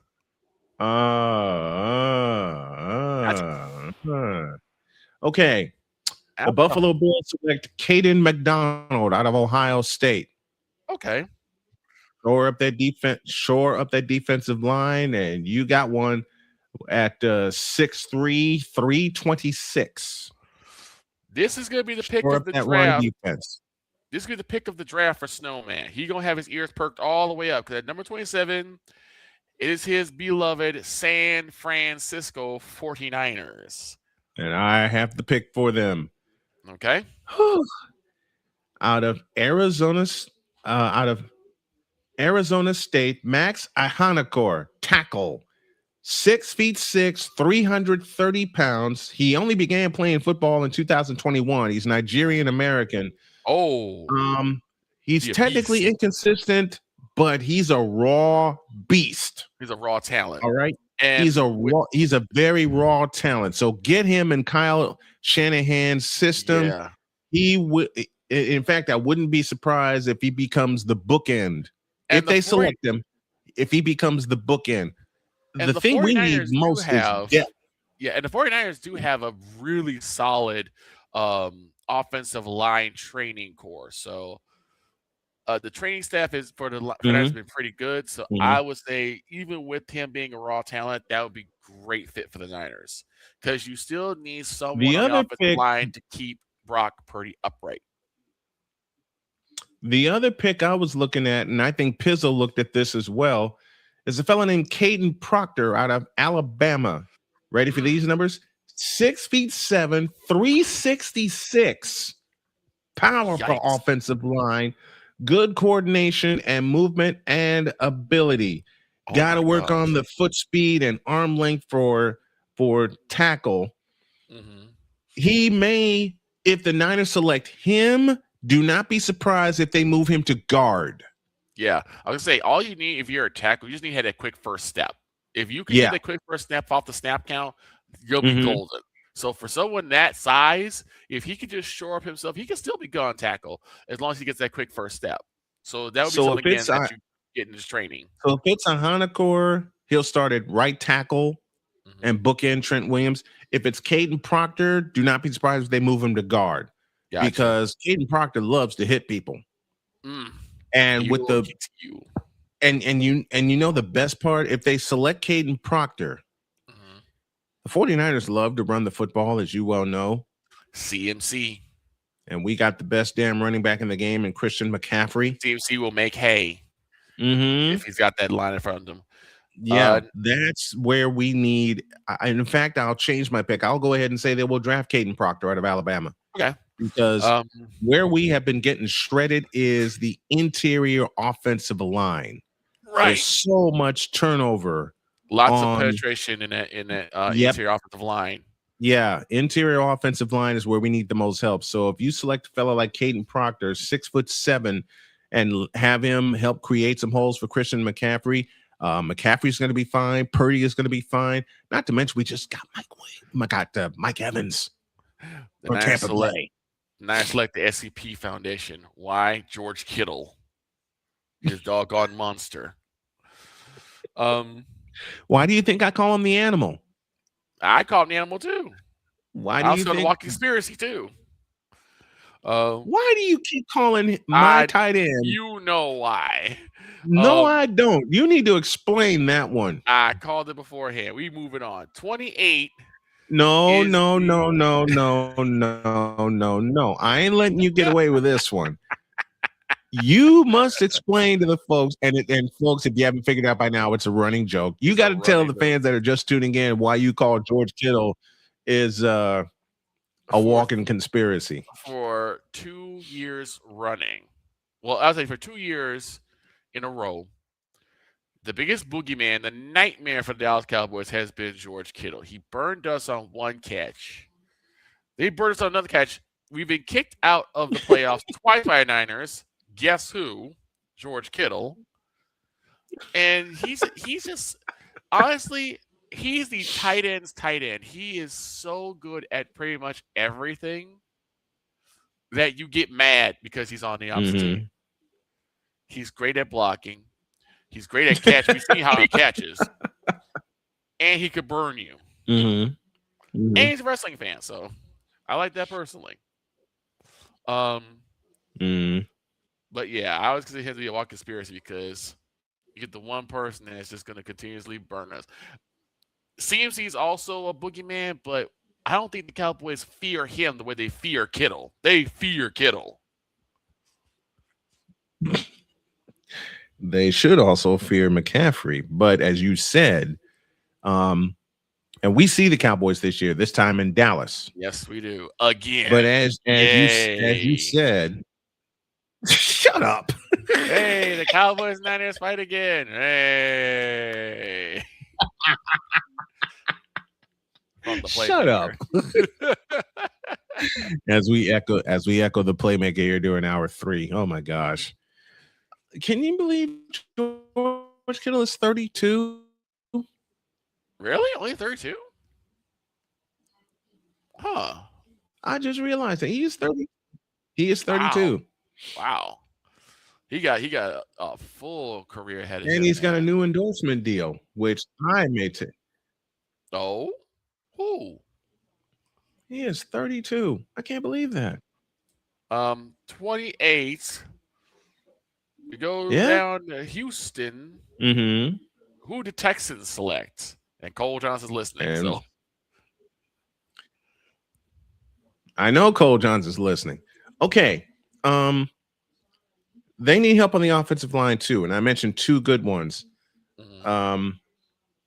Max Ahanakor out of Arizona State and Caden Proctor out of Alabama. Right. So whichever one the 49ers select, and I have them selecting Caden Proctor. Thank you, A Pizzle, for that note. So then Texans take the other. Houston will get the Texans will select the other beast known as Max Ahanakor. Okay. That's a pretty good pick, especially if you're good, because it's either going to be Stroud or it's going to be Mills that you're going to be protecting. So you need to get as much protection as possible because this is now the second year that CJ Stroud got hurt for most of the season. And it's the offensive line where the Texans need to concentrate. It's the offensive line. Deb Whitkus is on the way, and we share something that we both said about this year's draft. It's kind of bleh. It's not gonna be as eventful as last year's draft, but we gonna make it work.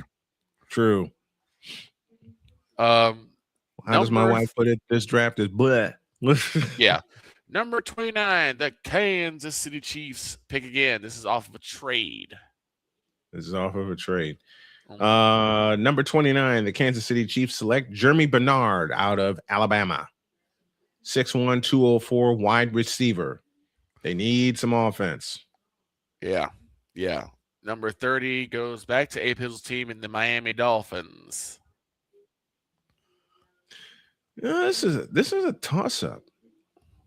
And which pick was traded by the Colts? Because the Colts do not have a first round 16. pick. 16 pick. Okay.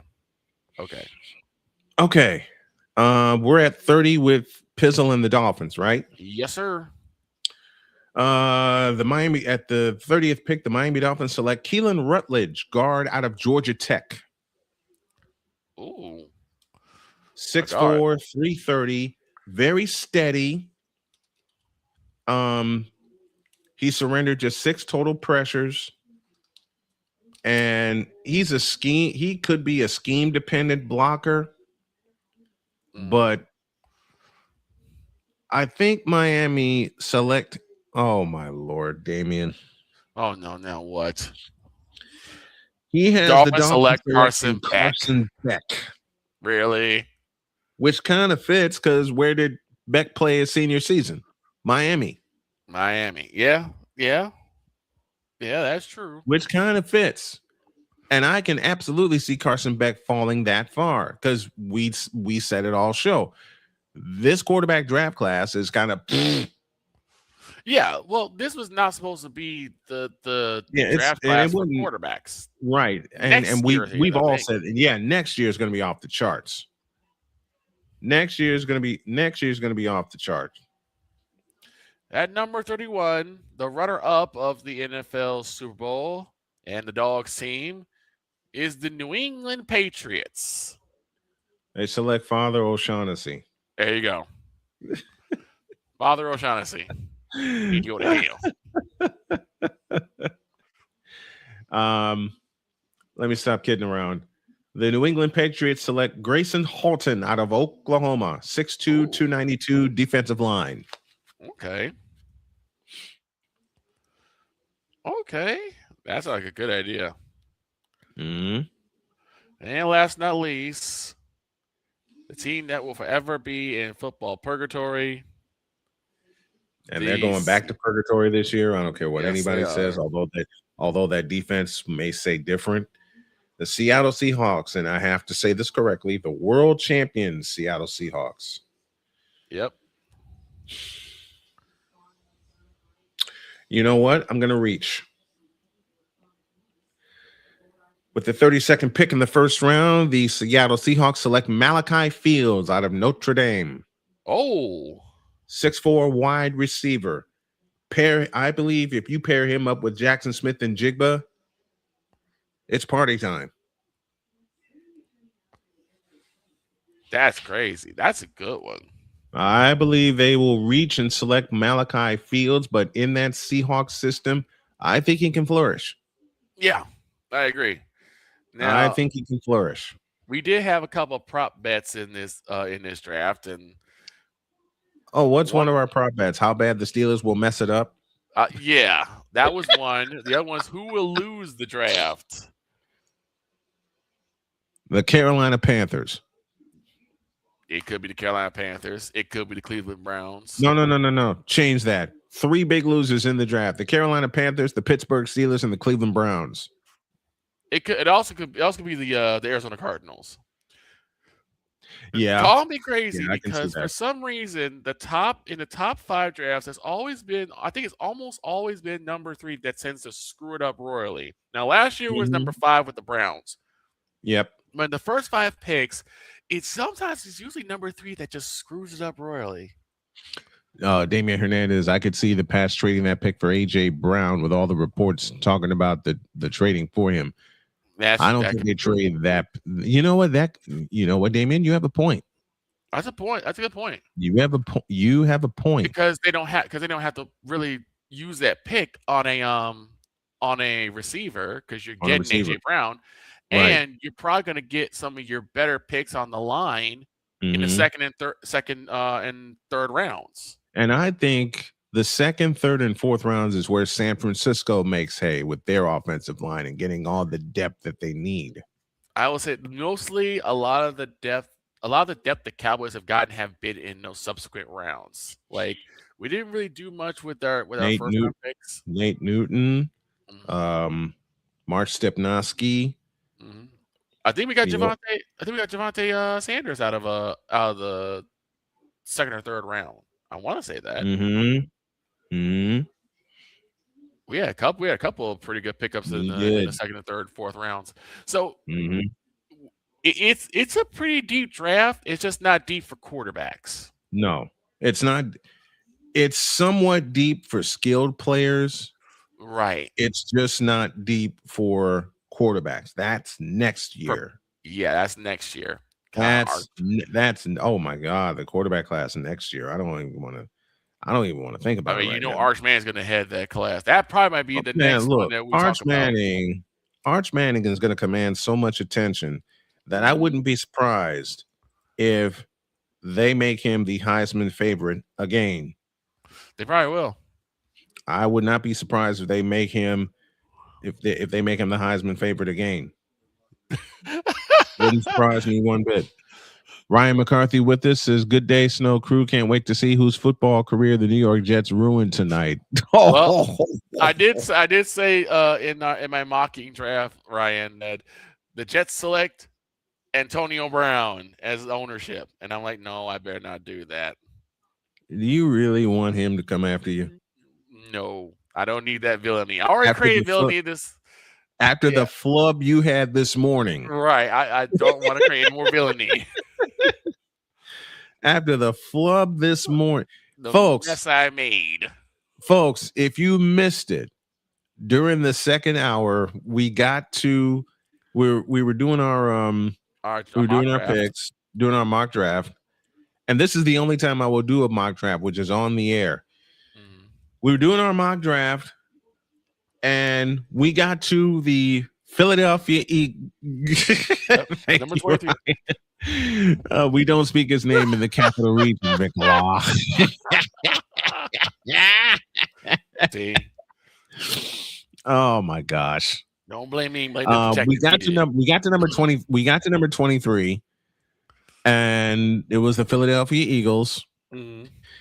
And a popular song that I play on here, thank you, Deb, and thank you, Cool McCain, is Fly Eagles Fly, their fight song. Yeah, that's right. Well, Victor decided to murder that. Yeah, I messed up. I messed up. And said, Fly Eagles Fry.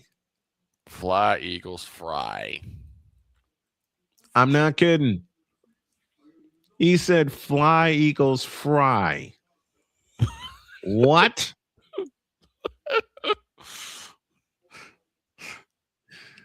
I'm sorry, Ryan. I and apologize. It sent us into a 30-minute fit of laughter. Forget the fit of giggles. We were it was a fit of laughter. We were in hysterics. We were in hysterics. So much so that we took a break and I laughed the entire time. Yep. I laughed the entire time. Yes, right, it is. And yes, it is. Isn't frying and you go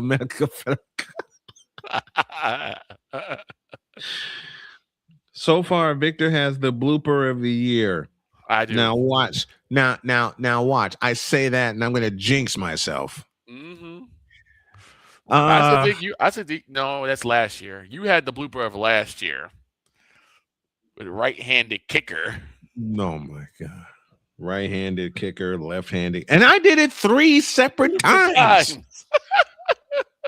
I did that blooper 3 separate times in 3 consecutive weeks. Yep. Thank God it was late in the season. Let's pay some homage to Chris Bass because yes, please. Bass, we miss you. We love you. You gave us a lot of laughs, which is what we have done. He made Friday so enjoyable. Like even when I was in the office. So enjoyable that I think tomorrow I'm going to repeat the special that I played, but with some different episodes. I haven't decided yet.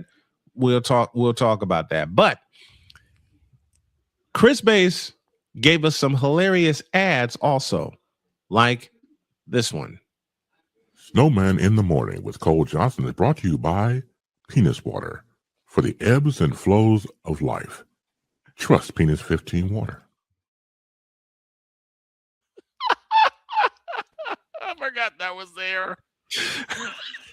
It took me an hour to find it because I was determined to find it this morning. That had me rolling. Snowman in the Morning is brought to you by Penis Water. Excuse me? I don't know where that came from. I don't know where that came from. But that happened, and Oh my God. And let me shout the Playmaker out for calling me and checking on me the day I found out Bates died. Love you, Playmaker. Thank you so much for that. Then, of course, there's this beauty. So I realized that I think even though it's not advertised, right, there has to be a place for stupid people. We don't know because we're not stupid, so we don't know anything about it. It's like a secret club society. Oh my gosh. So I come to the conclusion that he graduated from SU, stupid university. Yeah, all the stupid ass letters that go along with graduating high honors of being stupid. I can't do no more, man. Vámonos, dominos, vámonos. Stupid university, where everyone graduates magna cum stupid. McCarthy did write the one for penis water. Damien, that's a good idea, but that's wrong. You should put Michael Penix on the picture of penis. Of the penis water. Oh no. Oh no. What are you saying oh no for? Michael Penix on an ad for penis water. Oh no. Don't give me any ideas. The jokes that are already flying over that man's name. Mm-hmm. Witkiss's playbook is next. Introduce. This is Snowman in the Morning.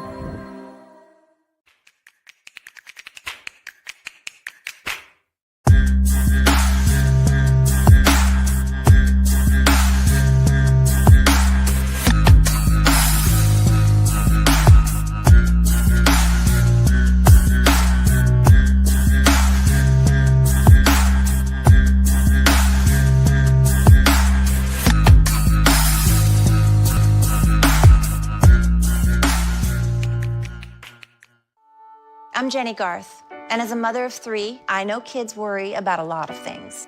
Getting enough food to eat shouldn't be one of them. But here in America, that is a real worry for 1 in 5 children. Even though we are one of the most food-rich countries in the world, 15 million children don't know where their next meal is coming from. This is unacceptable, and something the Feeding America nationwide network of food banks is working to solve. Instead of accepting that our country lets billions of pounds of surplus food go to waste every year, Feeding America has made it their mission to help families in need by rescuing this food. Through food pantries and meal programs, the nationwide network of food banks provides more than 3 billion meals, serving virtually every community in the United States, including yours. Join me in supporting Feeding America and your local food bank by visiting feedingamerica.org. Together, we can solve hunger. Together, we're feeding America. My mother was always very familiar with her neighborhood, but one day she stopped at the stop sign for much longer than usual. And she didn't know whether she should go forward or turn, and she wasn't even really sure where she was at. It was very unsettling for her. I felt so much better after my son told me, "Mom, I don't want you to worry or be afraid. I'll be there for you and we'll figure it out." 'Cause we take this job so serious. I don't have a suggestion as to anything but keep the bitch. Keep her. If she does not, Wow. What in the all types of blue hell? This is Snowman in the Morning.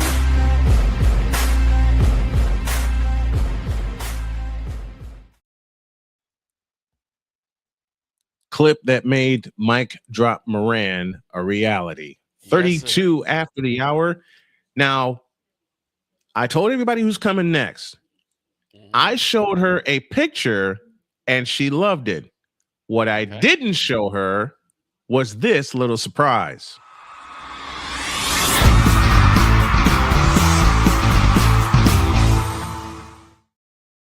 I love it.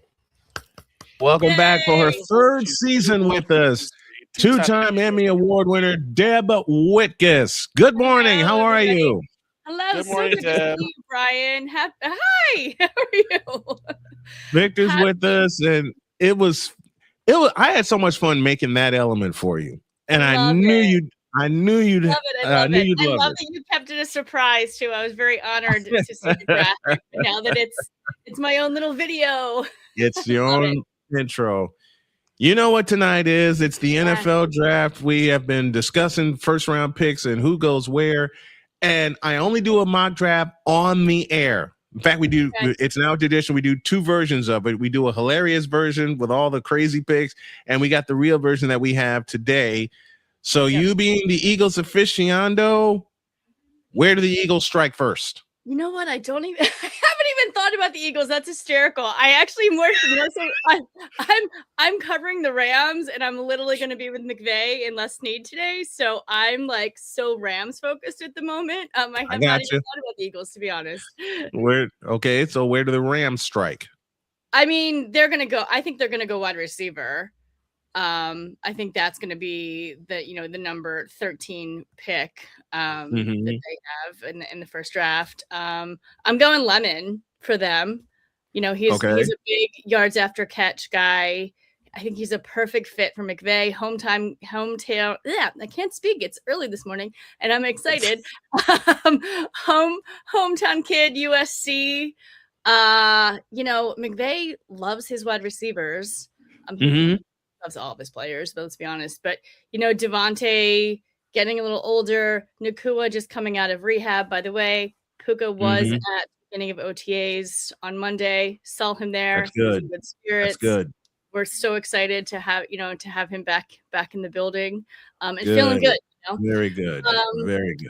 Yeah, last year the Rams went with a tight end. They took Terrence Ferguson last year first, but I think they're going wide receiver this year. That's just my that would help.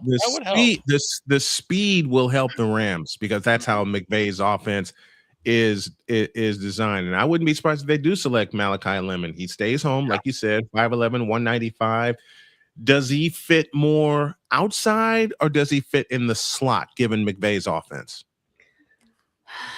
I mean, that's hard to say because and the wide receivers they move, you know what I mean? Like they can play both. So yes. I think it's more. I think he's more of a slot guy, but that's just me in McVay. That's what that's where I'm thinking for Lemon. Do they grab any help on the offensive line? Yes, I do think they do. And actually, I asked Steve Avila about that on Monday because that's kind of the rumors of they're going to get some offensive tackle. I think that was one of the things a little bit lacking last year. We got to protect Stafford here. Yes. He's getting up there. I mean, he obviously MVP season for Stafford, but I think I do think they are going to go with it, definitely getting some O-line help there. Yeah, they need it because the latter part of the season, Stafford was getting beat up. Yes. And it's more of it's the same problem with the 49ers. I've said it for a few years. You've ridden shotgun with me when I said this. Interior offensive line. The interior offensive line of the Rams has got to be shored up. Yeah, I definitely agree with that. And when Stafford gets frazzled, you can tell he's visibly frazzled on the field. So we don't want that. Any of that. We did see, sprinkles of that last season. And we just don't want, we want the Rams to go to the Super Bowl this year. And the Eagles. Yes. Can I have both? No, because you got to. Ryan, can I have it all? No. She wants it all. She wants it now. Of course she wants it all. And here's where the running joke keeps running because y'all got to come see us. And the most scary thing, I've said this, the scariest thing for the 49ers right now, they're healthy. Yeah. Yeah. And I mean, we've had this conversation so many times. Last season, we thought it was going to come down to San Fran and Rams. It didn't, but it was looking pretty good there for a while. San Francisco really their own. I mean, the amount of times I texted you guys being like, "Is this really happening? Did they just win this game?" Like that one game, Christian McCaffrey literally was not. I mean, he's never human, but that one particular game, Right. I was like, he just carried the entire team. Yeah. So It was against Atlanta, and he had over 200 yards of offense by himself. I remember us doing the picks that week, and you picked Atlanta because the Niners were so beat up, which was a logical pick. Then Christian McCaffrey came out to play. Yeah, Christian McCaffrey was me wrong. Just him. I mean, solely him. Now you get a healthy Niners team. Fred Warner is back. Dre Greenlaw is back in the fold for San Francisco. Okay. Huge pickup. He signed a 1-year deal during the offseason. And then, of course, one of the steals of the offseason in 33-year-old Mike Evans, who is still a number 1 receiver. So now, and you've said it many times before, the last thing you want to do is give Brock Purdy another toy to play with. Well, here you are. It's Mike Evans. Yeah. And Shanahan's just such a good coach, too. I mean, he can just make anything happen. I mean, he's the reason why Sam Darnold was able to win a Super Bowl this year. Yes. You know? Yes, indeed. I credit him and Sam and the team. But yeah. Now, we did all the bad teams that need picks, and I know your time is short, so we're gonna keep this to the NFC West. Okay. Why did the Seahawks let Kenneth Walker go? Why? He was a Super Bowl MVP with 130 yards, and they let him walk. I was confused with that too. I don't know. The look that Deb had was the look that we all had. Like, wait, they did? I couldn't believe it. The news came across my timeline, and I would wait. What? Yeah, I remember that. That was crazy. Quit lying. You didn't say shit. Well, is there Dr. K? Okay, Oh, I have to ask Deb a question. Yep. Now, I made the joke about the Bears, and the Bears did pretty decently towards the They end of the did. season. That joke did not age well, right?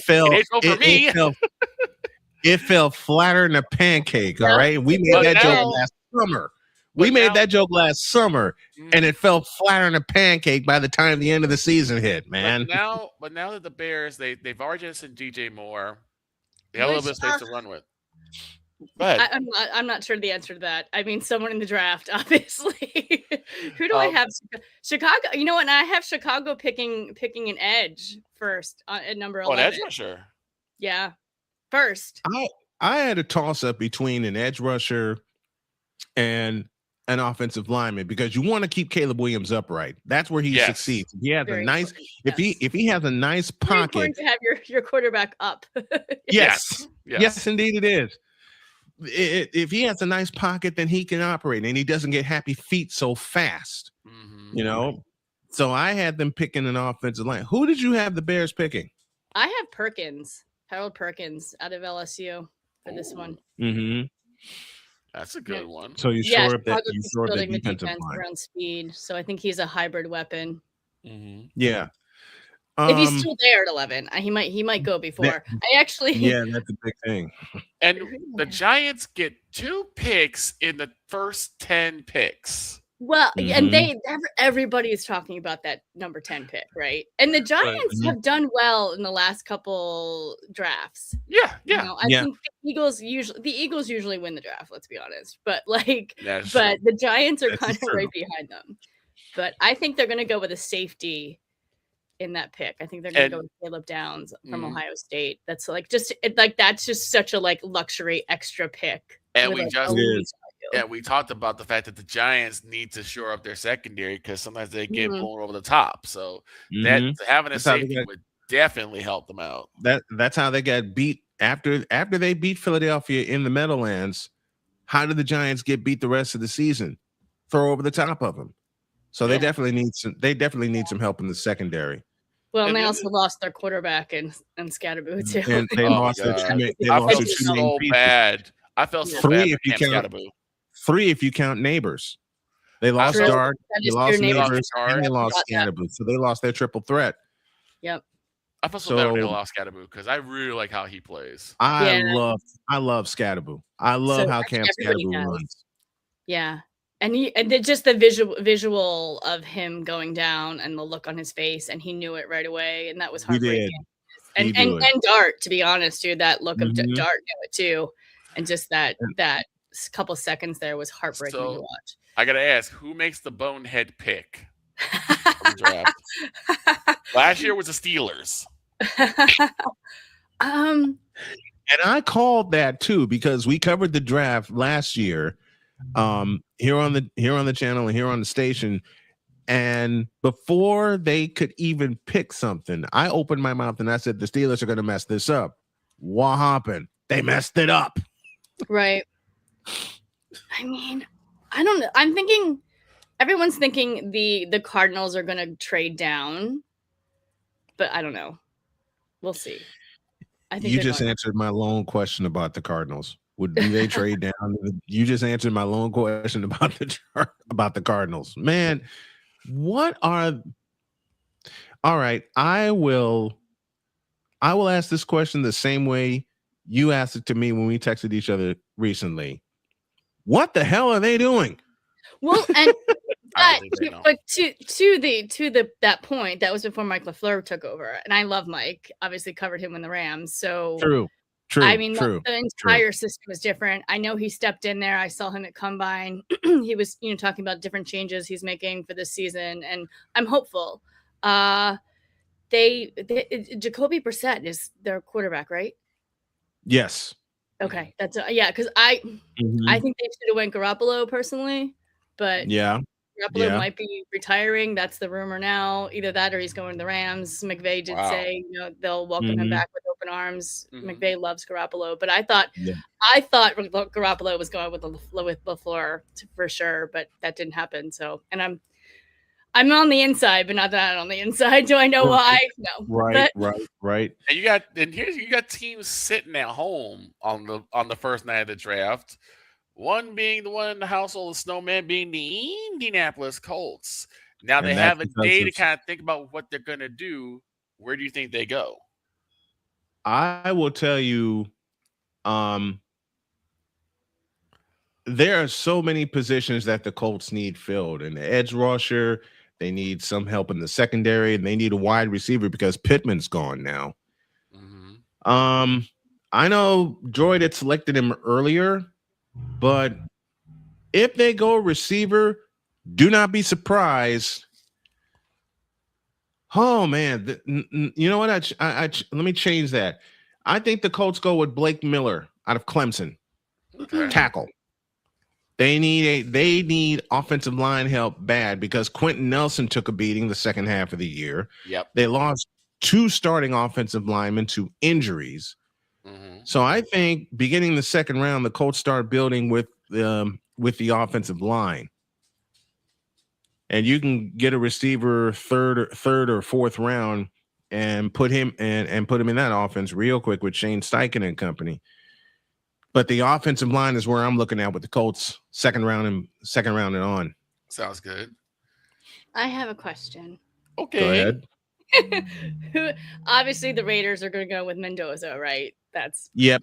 Raiders. I feel like they already had like a party. I don't know. I saw that somewhere. It was like Raiders party with the Fernando Mendoza, and like he's not even on the team yet. But my question is, do you think they put in Cousins first and let him learn behind him, or do they go no? Honestly, I think they will. I think I don't. Here's why. It's the exact same thing that happened with the Falcons, almost step for step. Mac, like a huge contract to Kirk Cousins. Then you draft a quarterback supposed to be your quarterback for the future. You have them sit behind Kirk Cousins until he eventually and unfortunately he'll get injured, inevitably get injured. Yeah, I agree with it. That's great logic. I can see it. I can see it happening. And then but there's a Mendoza part takes of over. me. There's a part of me that thinks Mendoza should get the keys right now. I think he should, but I know they're gonna try and do it the old-fashioned way of letting Kirk because Kirk True. is a good teacher. He's a good teacher. He is. So he is. he's gonna be the guy who's gonna like take the front of it, have Mendoza be under the learning tree. And like I said, unfortunately, we know that Kirk will inevitably get hurt. I don't want that, but we know that that's what happens. Nor do I. Nor do I. So Yeah. then after he gets hurt, Mendoza takes over. Yeah. I want to look at I want to look at Atlanta real quick before we get out of here, because they have not one but two lefty quarterbacks. Michael Penix and of course Tua Tagovailoa. And Tua. How do you explain this situation? Yeah. What are the Falcons gonna do with Tua? What he's sitting. I will. Tua's definitely sitting. Tua is not moving. I'm not Okay. sure. Kirk Cousins, Tua. I'm not sure they made the right There was decision. a lateral move. It was a lateral move. That's exactly what it was. I do say when the whole Jared Goff, Matthew Stafford thing went down years ago, I had the same Yeah. thought. I was like, I Yeah. feel like that was a lateral move, and not so much. But Not so much. No. Yeah. Not so it took a long much. time though. I don't know. It did.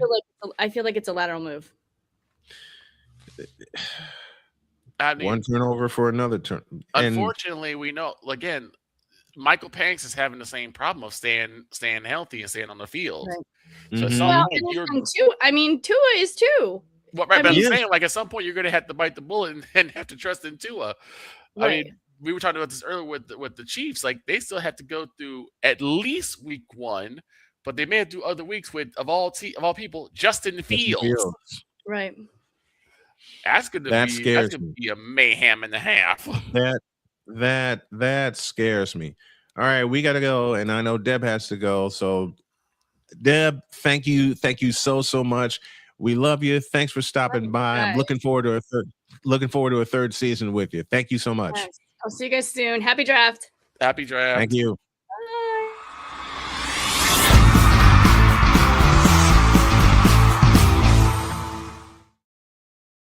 Phew. I got a date with Rod Peterson on the Rod Peterson Show, so we're going to close up shop early. Have a great day. God bless. Remember to make your next move your best move, and always remember, if your dreams don't scare you, they are simply not big enough. Dream big, do bigger. We are, and we hope you all are too, and thank God that blooper did not come out. So long, everybody.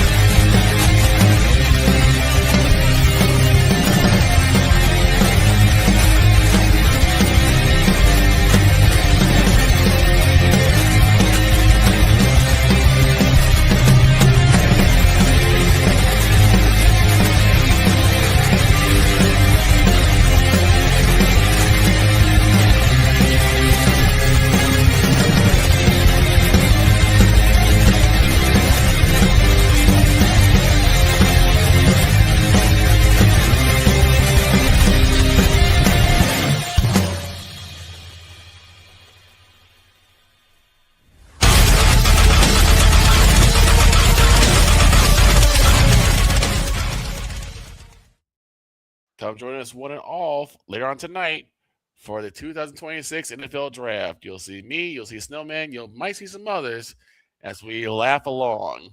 And BYOB and your own snacks as well. Out. Out.